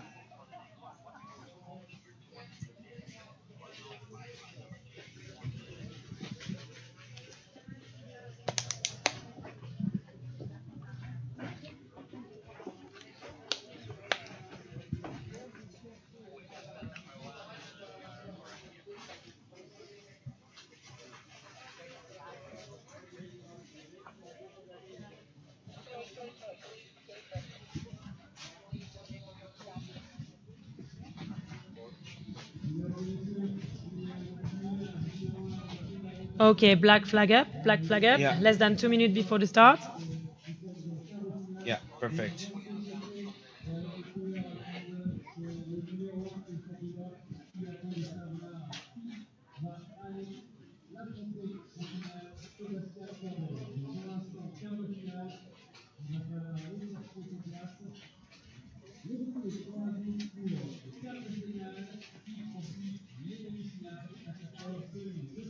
And we can see that for the guys also, it's the wind is not really strong. The way they are foiling and the way they are trying to have the board on the foil all the time. Yeah, exactly. That's why they're going. They're probably gonna jibe on the foil to always stay on the foil, not to risk to get a hole to stand. You know, I mean, because even if the wind goes down a lot, when you pump, you can sail on the foil for a long time. So they don't want to occur. Okay, so black flag down. So Yeah. it's less than a minute before the Exactly. So start. it means that they're gonna go probably for like 20 seconds to the other side, then have a jibe, and when it's around 30 seconds, then they're gonna start to get speed and try to get over the line as fast as possible. And especially look, they jibe now, all of them. You see, they try to stay on the foil. They pump. And you They can see that obviously- already some of them. Yeah, you see that it's already now. I know it sounds absurd, but you decide already 50% of the competition in this moment when you the placement you make in the run-up. Because if you have in these light winds, obviously, when you have a good position in the run-up, I can see the two Italians. They are further low, Benedetti and Nicolo. In the front is one of the Dutch. So either It's Amado. Amado, so yeah, 3 Dutch. And we have. Louis Pignoli. No, excuse me, we have 1 Dutch only. It's obviously Amado, yeah, because the other 2 are in the semi-final. So nice view from the. Oh, beautiful! Look at this drone picture, and So this is a clear start. Wow. And actually it was a really nice start. They were. Yeah. Look at them really fighting and pumping, and look this at- was really nice. it's like Daniela Benedetti is in the sandwich there. And Clément Nicolo- Bourgeois seems to be like Yeah. a bit in the front, but Pavel at the moment, the one that is the most upwind, Pavel. You can see that. That's why you don't hardly see me in the picture. He's the most upwind of all. So it looks like at the moment we have Clément, Tom. Yeah, Clément Bourgeois in the lead, and Tom Revenet. Let's remember that And then only the two of them. Italians, the 2 Italians. So obviously, it's still a long course to go. Right? Yeah. So And the first reach is actually pretty long. It's nearly 600 meters. So Yeah. okay, we've got Clément, we've got Tom, we've got Louis, we've got Amado, Daniel, and so the Italians- Nicolo, and they are all jibing set. yeah, only Nico decided to go the other way together with Pavel. So Yeah. Pavel and Nico the other And- way, and here we have in the lead. In the lead. I think it's Clément because it's Further down, Yeah, yes. exactly. So, but I mean, we will see. But this is a really nice race because they are really close one to each other, and the channel marked right in the middle. Oh, this is And gonna be... here the complexity of this is that either you're trying to have like this really open angle to do less road. I don't know if it's like correct English, but and then you are like you're a bit further up to keep speed, and then but then you need to find the right balance between those two the strategy. You see the buoy down there, the green buoy, so it's enough now. They will come into that buoy. Enough for Clément Bourgeois, definitely. And Tom, and they look Tom, like they are on the ley line actually. Yeah, it looks like they're on the ley line. They make it. So Clément, and you can hear the Look how they're people cheering. outside, like clapping to Clément, and Tom Reveney second. And so now Clément is like flying to the last jibe before the finishing line. Yeah, Valerie, I went outside a second to look. They're really close to the beach. For us, we only see what you guys see on the screen. We see the same because we are in a little tent. So we don't see, but it's we can hear the people are clapping. Really cheering, and it's really nice. Really exciting. I mean, the only thing is obviously that it's a pity that it's not windier, but on the other side, it's planing conditions, and it still looks like in the lead. It's Clément is still leading the race. Like it seems to be like pretty comfortable.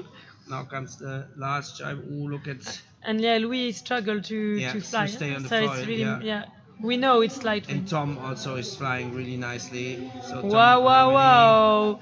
So maybe we will have a semi-final. Sorry, with French. With Huig Jan Tak, Luuc van Opzeeland. Seems to be Clément Bourgeois and Tom Reveney, but wait till the end. And I think, Clément is for Clément it's really nice because he's in front of all the people he knows, all his friends, and surely his family as well. And can you hear it? Like people shouting. This is nice. Well done. This is really nice. He's super relaxed. Yeah, he's super happy, and we can understand that. So second, we're waiting for the second. Yeah, it's Tom. Yeah, it's Tom Reveney. Yeah, well done, Tom. That's really nice. Okay. Really nice. Wow. Well done, guys. And then maybe we can have the third one and. Yeah, let's see who comes third. Unfortunate third. But I think the camera maybe is showing us the starting line. Maybe we have another procedure.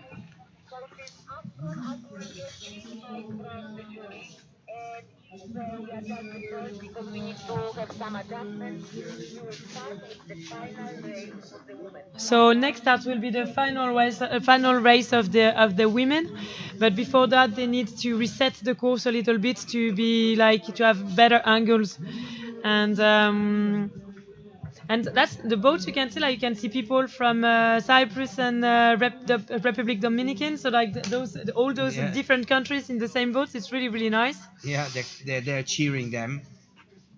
And because the whole atmosphere is really nice because, as I was saying before, they are fighting on the water, but ashore they are really good.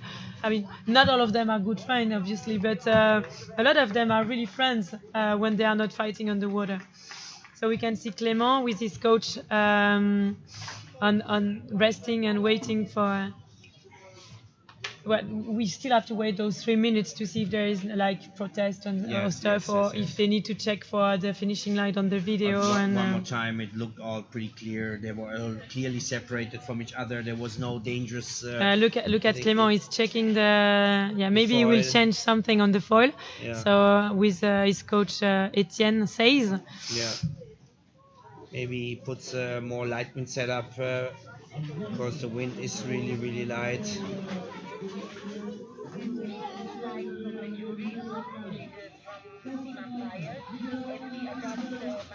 No, the thing is that they are not change. I don't think they are not changing anything. It's just bringing the boat up. Yes. Yeah, exactly for Clément to rest before the next start.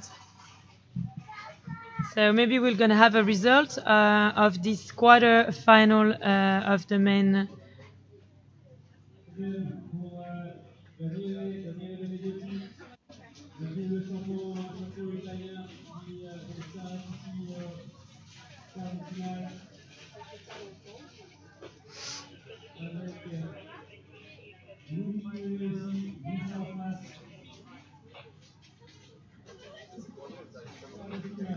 So remember, next race will be women final. Women final.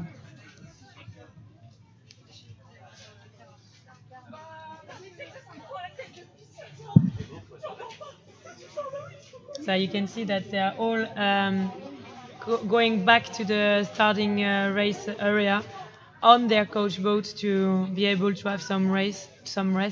Yeah. Because the wind is really marginal and it's really difficult to sail upwind when the wind is so marginal.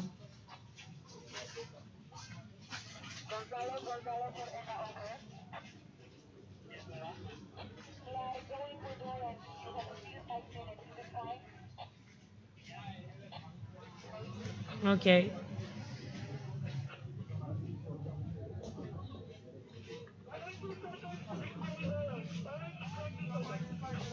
So orange flag in 30 seconds. Orange flag in 30 seconds for the women final. Final, yes. So women final, one more time. It's Marta Maggetti against the two Israeli girls. It's Daniela Peleg and Maya Morris. So the orange flag is up, so less than 5 minutes before the start of the final of the women. So one of those three girls will be world champion in, like, let's say 10 minutes. In 10 minutes we will know the name of the 2022 women world champion. Will it be Marta Maggetti from Italy? Will it be Daniela Peleg from Israel? Or will it be Maya Morris from Israel? Yeah, that would be interesting to see. There's so many people, and you see, like all those boats, like sailing on the coast area. This can be really difficult for the sailors because all those waves, they are not. It's not really easy to when you're foiling. Then all those waves, you can feel them on the foil, and that's why on the rules you're supposed to be like at least between like 70 and 100 meters away from the course area when you have a boat, not to disturb the course.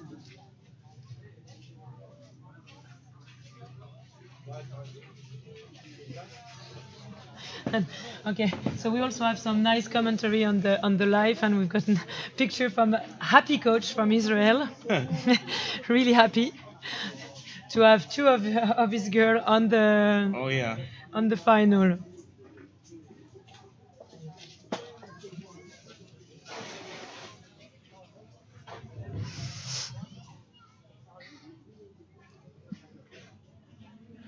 Maybe we can have the names on the screen of the women, the three women that are in finals. Okay, pink flag up, pink flag up. Less than 3 minutes before the start.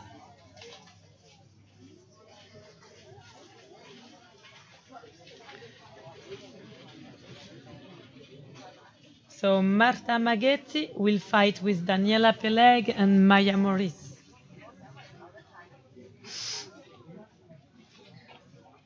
Yeah, that's going to be interesting to see who will be the world champion. I mean, I'm obviously crossing fingers for Marta being Italian, but I see that the two Israeli girls are flying in the light wind. So I mean, yeah, they are like really complete sailors. They are able to sail in very light wind, very strong winds. So for sure, this final will be a big suspense until the end. So remember that Maya and Daniela already got like 2 races on the legs. In the arms, in the legs, yes. So Marta is fresh. And Marta is fresh, yeah. But Marta maybe doesn't have all the info that the two other girls get from the other 2 races. So we will see. But like from experience, I can tell you that when you've got already 2 races, 2 marginal races in the legs, then it's tough. It's really tough. Yeah. Even let's not forget that Peleg is less than 21 years, so she's super young. Her body is super fresh still, but we will see. It's all about the start, I would say. The start is important. We see now also that the start, like Clément, he had a super good start, and that brought him. Clément is actually close to the pinhead mark. Because he wants to see, also yeah, the I think he wants to have info about maybe the angle of the line and stuff. So it's always interesting to have. Yeah. So minute before the start.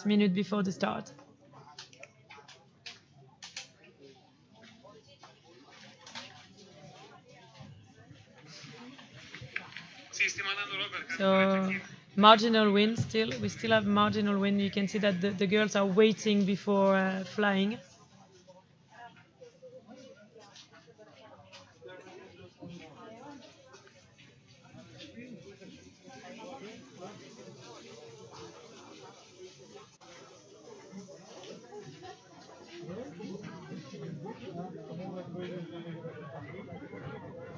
Okay. Yeah, now they have to get on the foil, I guess, pretty soon.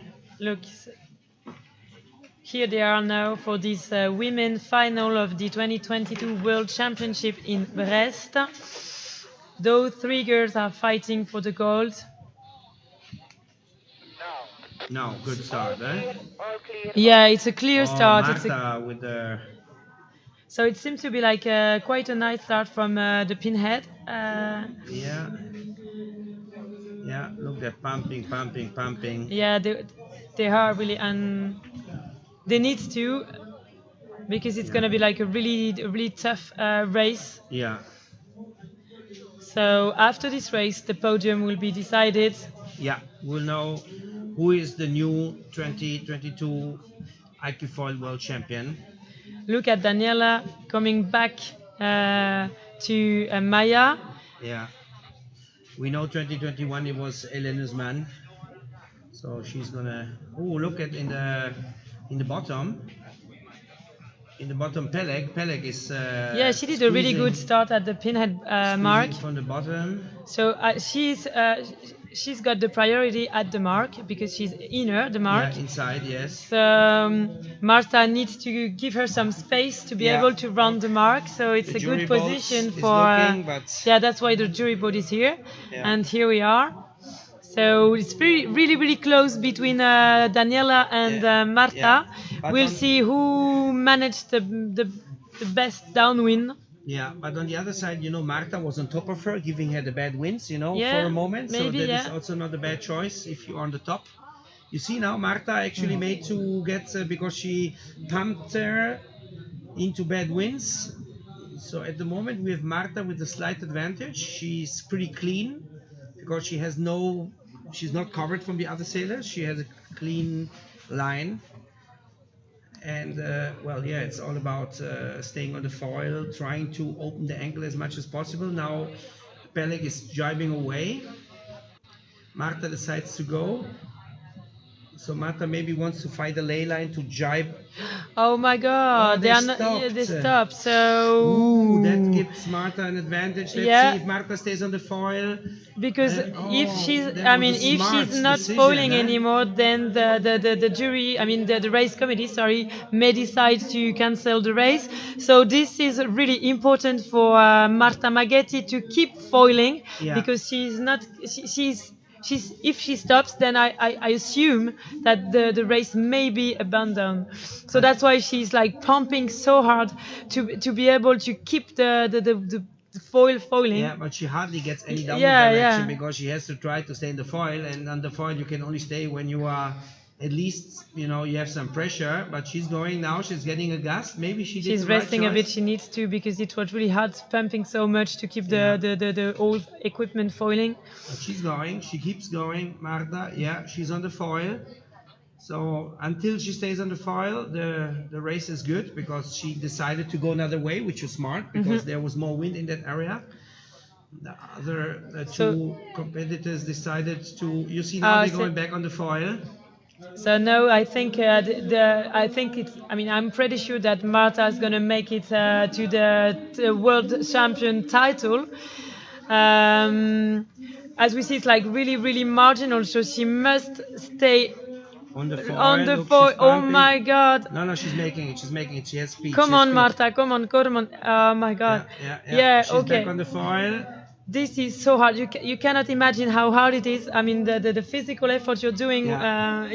It's like, wow. But still, for the Israelis, it's important because we are fighting for place 2 and 3. You know, being Exactly. being vice world champion is better than coming third. So the Israelis still want to give everything. I mean, they see Marta that is flying away, but still they always maybe. Yeah, and don't forget they already have 2 races in their arm and in their legs. Yeah. So those 2, what they've done today is just amazing. And remember, the course is not finished yet, because the wind is like really marginal. As you see, as they have the sail really up the foil to keep some pressure on the foil to be able to continue to Look, fly. Marta now fortunately has found like a pretty comfortable position. It looks like it's a little bit more windy on that part of the course.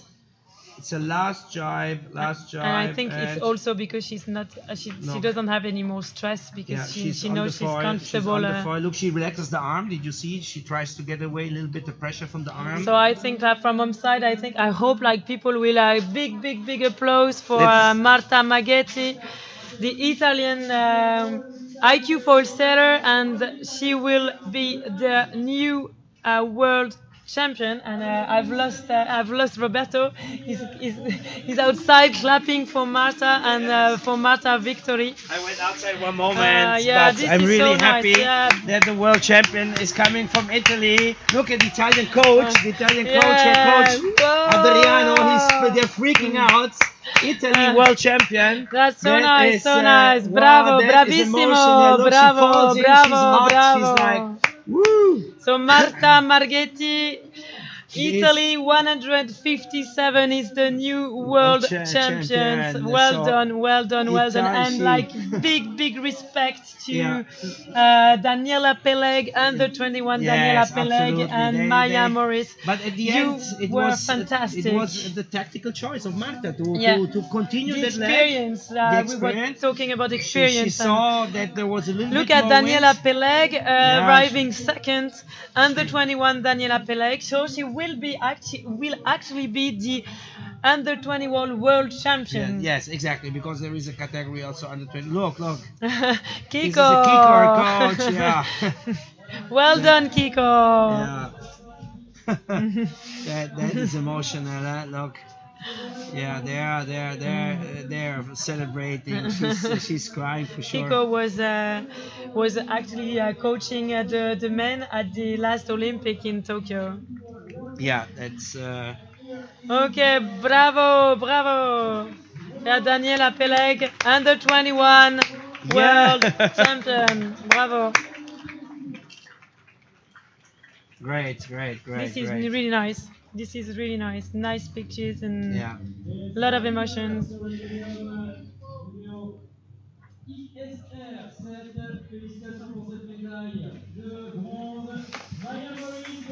So remember, gold medal Italy 157, Maya Morris. Gold under 21 medal is from Daniela Peleg, and it's a silver world. It's vice world champion as well. And third is Maya Morris. Wow, well done, girls. That was really fantastic. Everybody's so happy here. The other coach, Adriano Stella. And Kiko is cheering Daniela and Maya as well. For sure, very sportive. Look, also the Israeli boat came by and made congratulations to the Italian boat. You know, it's all very. Look at the French as well. Yeah.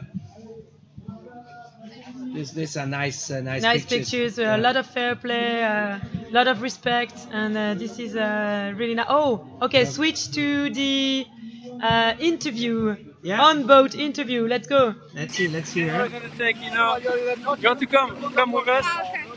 I don't know if you can hear. Si vous m'entendez, Brest, est-ce qu'on peut s'il vous plaît faire une ovation pour la championne du monde 2022 iQFOiL? This is for you, Marta.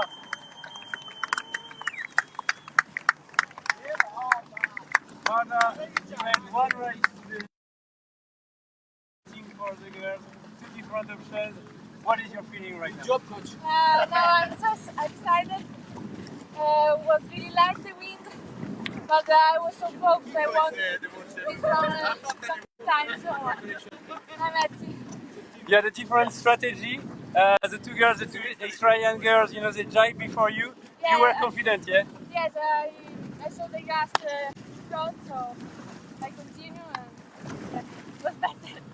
Okay, what do you want to say to the 104 ladies who were with you on Monday morning for this incredible championship? So many girls now, so many people supporting you as well. I'm so happy that because it was a really good, big fleet, all big athlete was so difficult even in each race. You competed and you battled on each single race. You were in gold this morning, and today in front of Brest, you are the World iQFOiL 2022 champion. Merci de faire une ovation à tous les bras levés, s'il vous plaît, this is for you.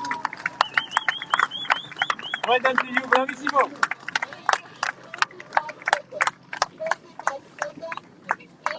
Voici les quelques mots, on va partir maintenant chez les garçons. We go for the men now. We have new gold. So well done Italian team, well done Adriano, well done Kiko. This is really nice. I'm really happy for you.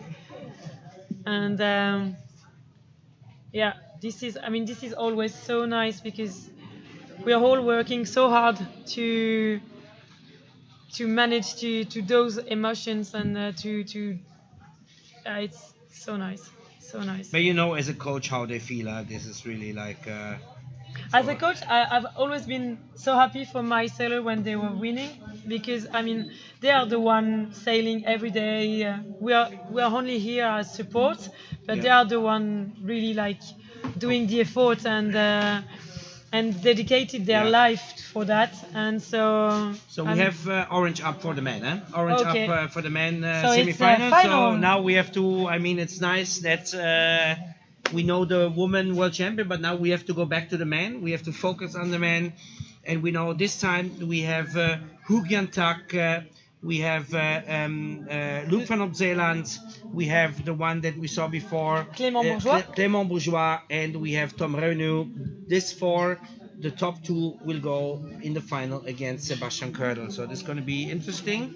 The wind to me seems like there is some okay patches still. It's very tactical. We see that now in the women's final. The final is very tactical. Okay, guys. Yeah, we see 2 more heats to go and then we're done. Yeah, and those heats are like it's so nice to have. This semi-final with Huig Jan Tak, Luuc van Opzeeland, Clément Bourgeois and Tom Reveney. Yeah. Like super semi-final. Super interesting. Yeah. Okay, that's exciting. 2 more heats. I obviously they also think that they want to get done with it because you never know what the wind is doing. You cannot say, maybe it's improving. You want to do this 2 heats and have also a title in the men's category. So yellow flag up. Oh, look, she's coming back, Marta, with the Italian flag on her back.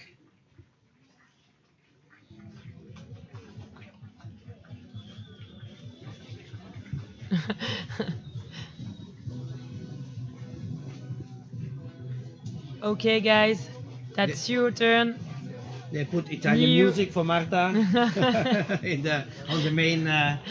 On the main radio. You know? This is cool. This is really cool. That is really nice because they are like really close to the people watching. The atmosphere is great, and also we are lucky. The weather is back to be very nice. It's sunny. And I think the sailor can hear the music as well when they are driving the bottom marks. So it's really nice. So that is also a great.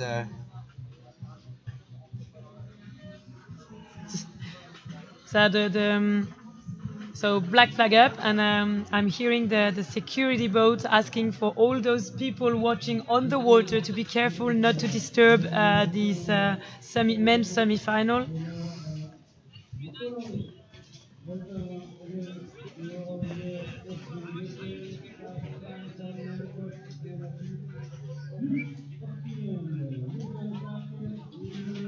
Okay, so on the right, Clément Bourgeois, FRA 53. Then we've got Israel 60, Tom Raveney, and Netherlands 55, Luuc van Opzeeland. So now we see the same story as before.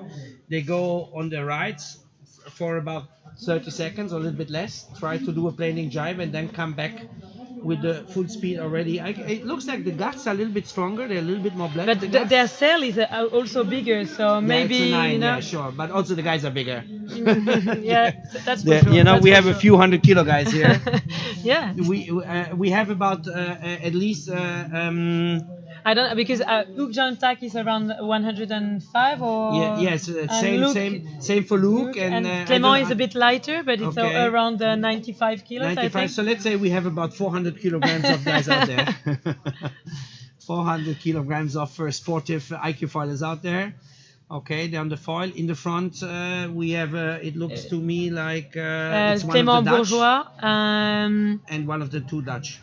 Yeah, Because, I'm sure of the Clément third- Bourgeois. Because the third is Tom, It's, you can Tom. see, and the fourth, so it's one of the 2 Dutch. We have to see when they come a little bit closer. I think it's Huig Jan Tak and Clément, and then Tom Raveney and Luuc van Opzeeland. Okay, let's see. The start is Come on, super guys, let's go. important. This is gonna be amazing. Ooh, look at the top. It looks like he's a little bit too early. The guy Yeah, in the so he front, has to slow down.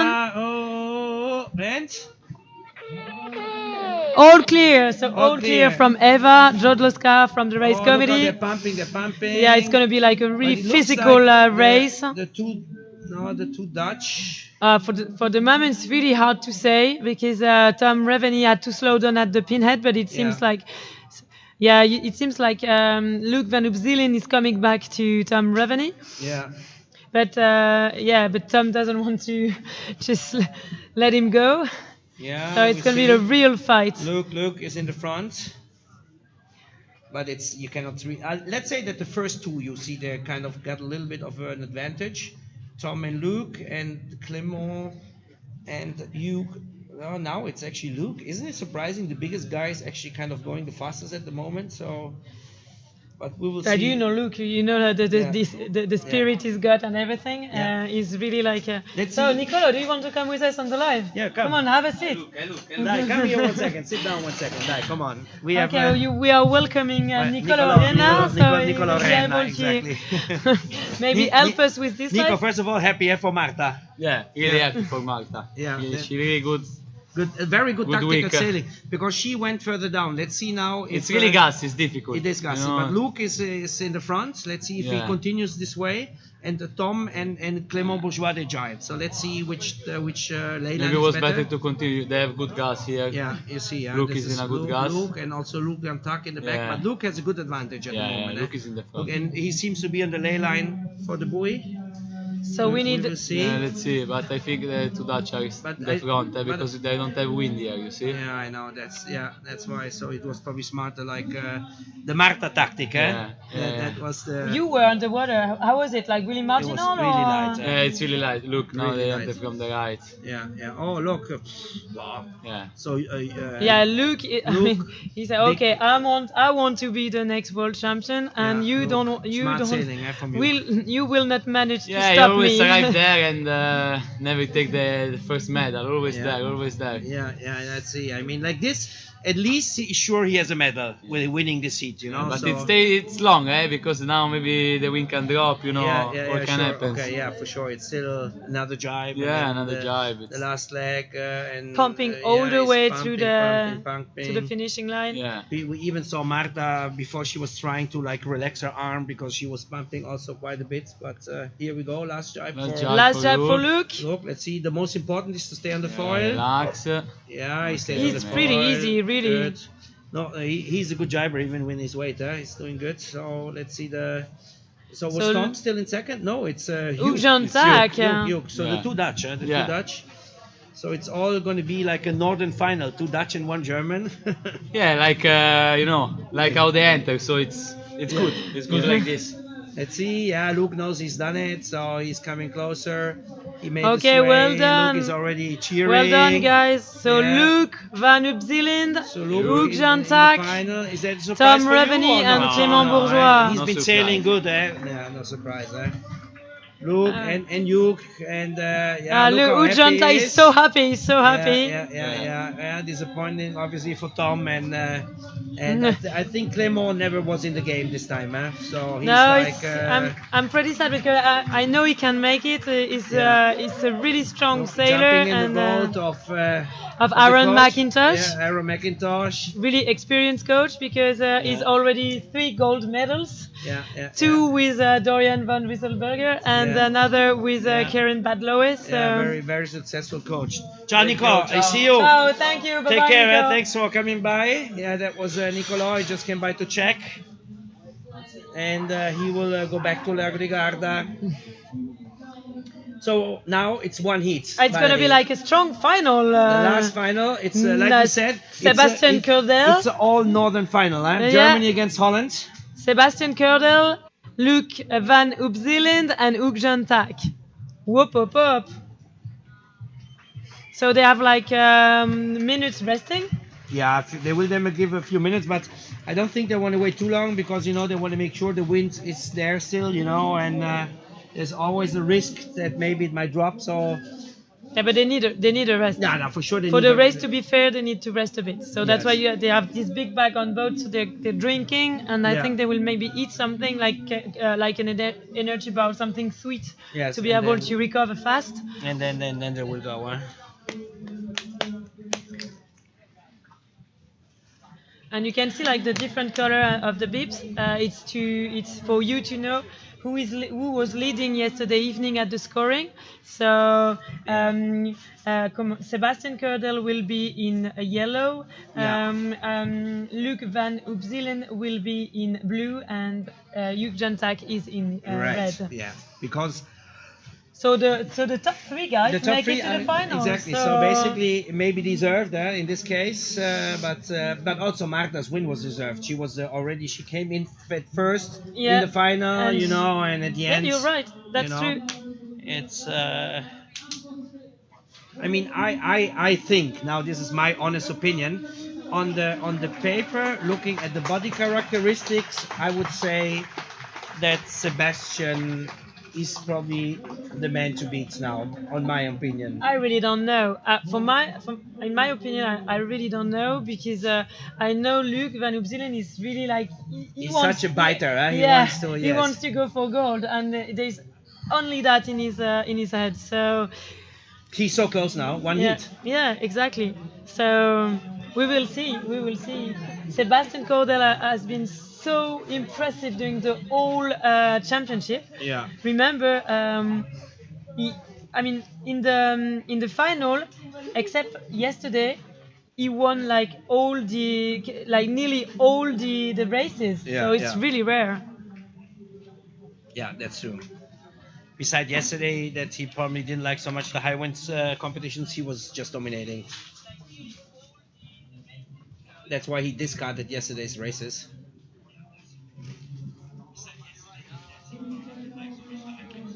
I also, I have a little bit my theory between me and you.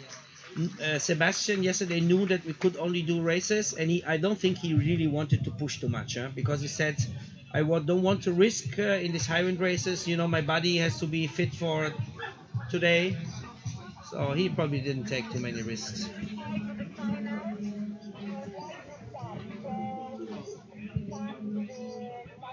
So Eva Jodlowska, the principal race officer, is asking the coaches to bring them to the. Is asking Aaron to bring back Luuc and Huig Jan Tak to the boats, to the starting area. Yes. Yeah. But I can understand Aaron actually. He needs his guys to rest. Yeah. So I think he will wait the time he will get up as slow as possible. Yes. We have a lot of spectators on the beach, a lot of people from Brest here coming, following. And so this is the last heat for this World Championship.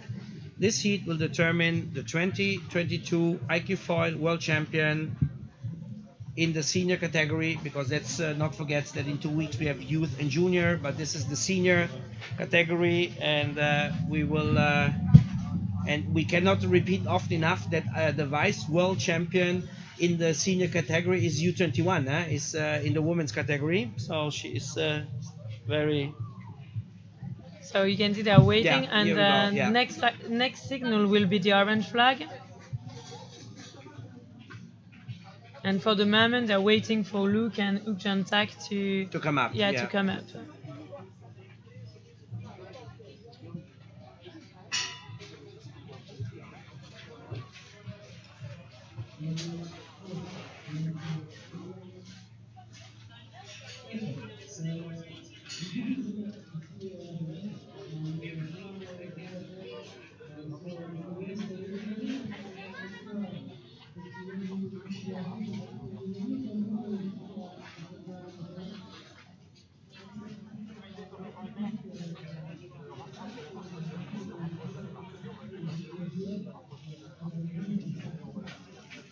Yeah, so Waiting. Yeah, it's just part a of the game. few more waiting. minutes, and then we have this last decisive heat: Holland against Germany.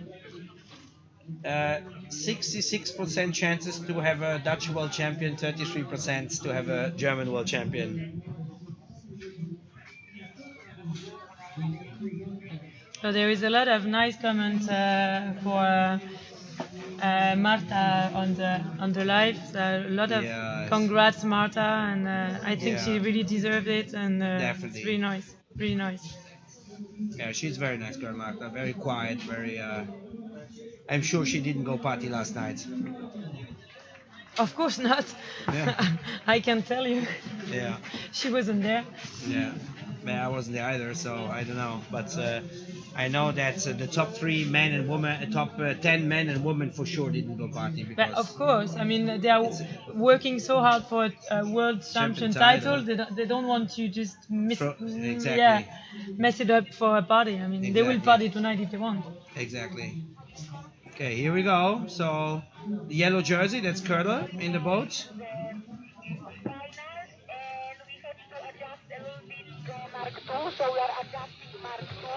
I don't know if you hear the Eva, the principal, the race director. She's asking for the mark layer to move a bit the mark number 4. They need to modify a bit the angle, so it's easier for the sailor to foil, because you know. It's not. She makes it a little bit tighter, because in light winds it's easier when the mark is tighter. So that's why it's easier to send the foil. The more the angle is open in light winds, the more difficult it is. All right, so they're now. So you see, like, how there's a lot of things happening on the water actually doing a course. Like they are always checking the wind, adjusting the angles of the marks. Yes. So it's not an easy job to be a race committee actually. And they want to give the competitors obviously the best courses possible at all times. So that's why they're checking and rechecking, and now they're actually ready to go, because I see Sebastian Koerderl here. He's but there's no flag on the race committee, so no flags for us. It's no info. Yeah, so now comes Huig Jan Tak also. Now the 3 guys are there. I think now they're gonna go. They see all 3 races are ready.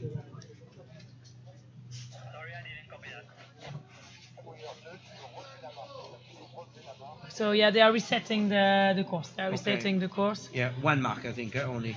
They were talking about mark number 4, but they're also talking about mark number 2. So I think they are resetting quite a lot of mark actually. But I mean, we are just seeing the screen. I'm not outside to check the wind, but it seems like the wind has turned a little bit more to southeast compared to before. Yeah. It looks like it. Yeah, maybe have a look outside. Let's see.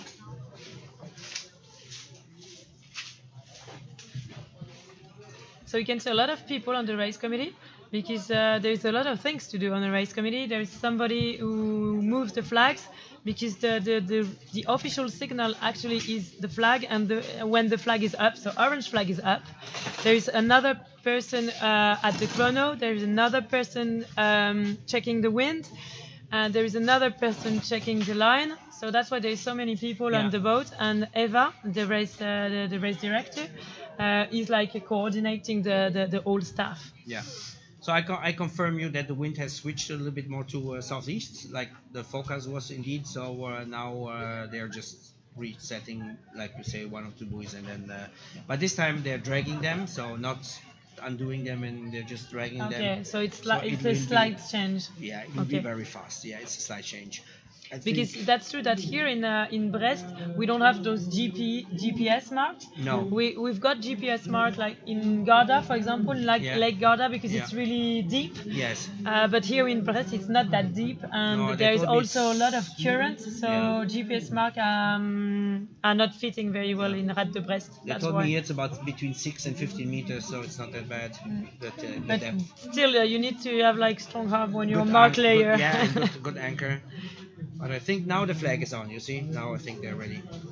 Yeah, orange flag, Yeah, orange flag so they're still. ready. So Yeah, I told you they just dragged them very quickly. I think it was just a matter of 10 or 20 meters, not a big change to get them up. And So now they are, they're- the guys are waiting close to the race committee to have the chrono Yeah, to start the right- chrono. Yeah. A lot of excitement out there on the beach. A lot of people. That's really nice. I mean, like for a windsurf event, it's so cool. So Yeah, cool. absolutely. It's, I hope it's going to be the same for the youth and junior because Yeah, I'm they deserve sure. it as well. I'm sure. All and yeah, because on the next championship, then the youth and junior European Championship, we also have like under 15, so like really young guys, kids. yes. I saw them on this year on Lake Silvaplana. Lake Silvaplana, and some of them are really small. Yeah. Some of them they're It's like really so funny. little still. Like when they're 12 or something, and they weigh maybe 40 And they are kilos. or- fucking good. and you see them with these big sails, it's like no way, this little guy can hold such a big sail. And it's just so amazing. yellow flag is up, so it's less Yeah. than 3 minutes, and next flag will be black flag up. Okay, perfect. That sounds good. Okay, this is Huig Jan Tak. We see him with the free sail numbers because Luuc from Opzeeland has Holland 55. So that's. I'm worried then, about those big boats. Yeah, I hope they get out of the way. They're moving away pretty fast. Because if the wind is marginal, it's horrible to have like a big Yes, sailing boat. both on top of Yeah, you, that's on for top sure. of you. Okay, here we go, black Black flag. flag. Okay, so less than 2 minutes, huh? It's funny that it seems like they are all in the middle of the starting line. Yeah, but it's that they are obviously not. an but optical illusion. There, it's compressing, but there you see the starting buoy. But when you see the drone, then you actually see that they are pretty far away. Yeah? it's really nice to see like even those countries that are not taking part in in the slalom. I mean in the final, they are Yeah. all here to support. It's Yeah, really nice. absolutely. There's a big camaraderie between everybody. Yeah? I mean, for sure, there is a fair amount of competition that is obvious, but then after they are friends in the evening and have a beer together and. So you can see that the guys, they are trying to fly during the whole starting procedure. Yes, absolutely. But maybe there's a bit more wind as well. I think there is a bit more wind because we can feel it in the tent. Yeah, it is a little bit more windy. I mean, the wind also has changed. It's coming a little bit more from the southeast, but Last see. minute before the start. last minute. So Huig Jan Tak is keeping the Yeah, but keeping the thing flying. Yeah, but he can get on the foil. He knows that. Look, here's the gust is coming and he's on the And foil. now the complexity is like to keep foiling, but Not too fast to Yeah. get too close, but don't miss the start because maybe you're getting a little bit of a lull. Oh, I was wondering where Sebastian is. Sebastian's more in the back. I think he's going for the pinhead. Yeah, it's definitely Sebastian's definitely going to go for the pin. He's a pin starter. I see most of the time he's on the pin, Sebastian. But Because- look at Luuc how he's trying to close the. So that's a nice view. Now he's going to lock. 2, 1, now. Oh, they're too late. Yeah. All of them, too late. A little too late. 1-2 seconds too late. But it's good. Good start. Come on, guys. And Sebastian in the Okay, lead. let's go. But that means nothing because it's a long course. Will it be Sebastian Koerderl, who has been like impressive during the Yeah, whole Sebastian week? was just Will flying it the be whole week, and he told me that he has found the sweet setup. He told me in this okay. condition. So, and you can tell he's going, huh? And Luuc He's is super second. fast, Yeah, super Luuc- fast Luuc- because Luuc and Huig Jan Tak are really fast guy. I mean, super fast sailors. and Sebastian's Koerderl seems to be even faster. Yeah. So So at the moment, it seems like Sebastian is holding off the two big Dutch boys. And you jury boat, they're in the back. You can tell. Okay, now the moment of the buoy comes. So And at the one is moment, Sebastian Koerderl, yeah, we 2 saw- Luuc van oh. Opzeeland, and 3 is Yeah. Huig Jan Tak jibe setting. Oh, look at Luuc. Luuc is approaching Sebastian now. Huh? Look, he's pumping, he's pumping, he's Look pumping. the way he's pumping. You know, you can Yeah. see it's like a Yeah. light wind pumping. Yeah. Look at him. Oh, but look, Sebastian stays really still. Yeah. You can tell. And It seems to be like the way the boat is flying. It seems to be really Yeah. calm. Nothing is like moving and. And Huig decided to go the other way, but here it seems like there's good gusts. This looks like he has a little bit more board speed, but he's behind Sebastian. He just jibes earlier. Now we Sebastian will see. is controlling. Yeah. Huig Keeping coming an from eye- the top. It's going yeah. to be interesting. I mean, I think, but you probably agree with me that the competition is probably decided by mark number 2. Ah yes, the Because downwind. The downwind. Yeah, the downwind is saying everything. I mean, when the first Oh, guy, wow, he wow, almost went wow. off the foil there. Yeah. Something happened. He's like attacking so much. He wants this medal so much. Look at Huig. Is Huig? Oh. Okay. They need to jibe one more time. Suspense. Oh, look. I think- This is those. yeah. Oh, Huig is in the back, huh? So that was not the right tactic. It's them two. Come on, guys. Sebastian. And Huig, they're not far away, I mean, they're not far pretty away. close. They're pretty close. Look at how Huig Jan Tak is coming back. Yeah. They're pumping, and Sebastian Koerderl knows it. He has to pump Yeah. until the end. It's one more jibe he thinks now. Do that one last jibe and then it's done. Because once he jibed, they don't take him anymore. It's the speeds are, let's say, too equal in these conditions, and nobody really loses control. So if Sebastian makes this last jibe last clean jibe, then that's it. Then he's the world champion. I have to say the deserved world champion because he won so many races. But I also would love to see Luuc or whatever or Huig Jan Tak. Huig Jan Tak. I mean, they're all great guys. So whoever wins, it's fine for me. But it looks like Last mark, Sebastian. last Jibe. mark. This will give the title. This jibe. Is he gonna pull it off? Yes, he is. Yeah. Come on, guys. And look, Allez, the other guys are till the end. pumping. Yeah. I mean, Go, now go, Luuc, go, go, unless go, Huig go. doesn't get the super turbo out. But so Okay, interesting, huh? The who two is gonna be the the two next number one world? Oh my Is this God. getting close? Of Oh, course no. he is. Oh, Of no. course he Look is. at it. Look at it. It's only Oh, one it's board gonna length. be fantastic. It's only one board length. Oh, One la, board la, length la, only. la. No, but Sebastian's keeping the. Oh, it's one Yeah. board length. Oh no! It looked for a moment, Sebastian. He's world champion. Okay. Whoa, Sebastian whoa, Koerderl. whoa. And Luuc second and third is Huig Jan Tak. Congratulations, guys! Great job, great racing. Wow. And, The Sebastian. finish was fantastic. No. So the two number one came Yeah, number one. one. Eh? So look, here's his coach. I think And it's Dom Vincent. tied Yeah. it. No, I think it's Dom tied it. Yeah. So that was great racing. Yeah. So Dom is also it's Dom. Dom Tide is also a very experienced coach. He's been gold medalist with Brownie Show in London. Yeah. So he's.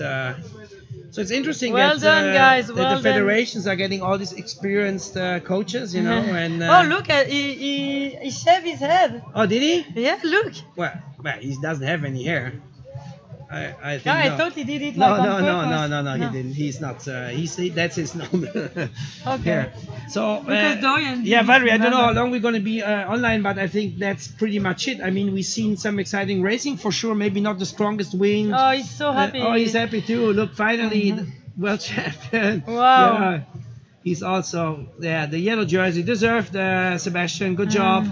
Really good job. Good job, Luuc. Good job, Huig Jan Tak. I mean, that's the hard rule of racing, but he kept his opponents in the back. So Valerie, thank you so much for helping me out all these days. It Thank was you the so first much. time It for was- me. I wasn't No, supposed to do that You at did all a this week. super great job, So- and it's talking alone all the time is difficult, and and you have such a lot of experience in iQFOiL because you've been iQFOiL coaching and everything. So you have all this great Sebastian experience, Koerderl. and there you see Sebastian On is va lui faire really encore un cadeau. touched. Au revoir. Là, ici, la ferveur et donc la passion de Brest. Est-ce qu'on peut une dernière fois qui vous regarde, Sébastien Koerderl est en train d'apprécier son titre de champion du monde ici à Brest. Sébastien Koerderl, you To all the people that watched us online, we have semi-finals, the two friends from the Netherlands. What a finish! Is it real? I don't know. I think it is real. Like I can't believe. Like I came into this day with a. Is that on? Yeah. I came into this day with a massive lead in points. So I had a very good event leading up to this moment. So if we would do a normal medal race, which only counts double, I couldn't lose the World Championship today. But now with our system that everything is in the last race, it's horrible. There's so much pressure you cannot imagine. Because you did good and you want to bring it home. But everything can happen. Just when I passed the first mark, I think I hit a little bit of seaweed and my heart just dropped. It was unbelievable. But then I just started pumping and made it to the finish, and then on the last mark, I don't know who was second? Luuc. So Luuc was second. And he came really close. I could hear his fall in the water. And I had flashbacks to the European Championship, which I lost on the last leg. And I was like, no, this is not going to happen again. This is my time now. So I started pumping and didn't stop until I was in the finish. I still can't believe that I'm world champion. Well done to you again.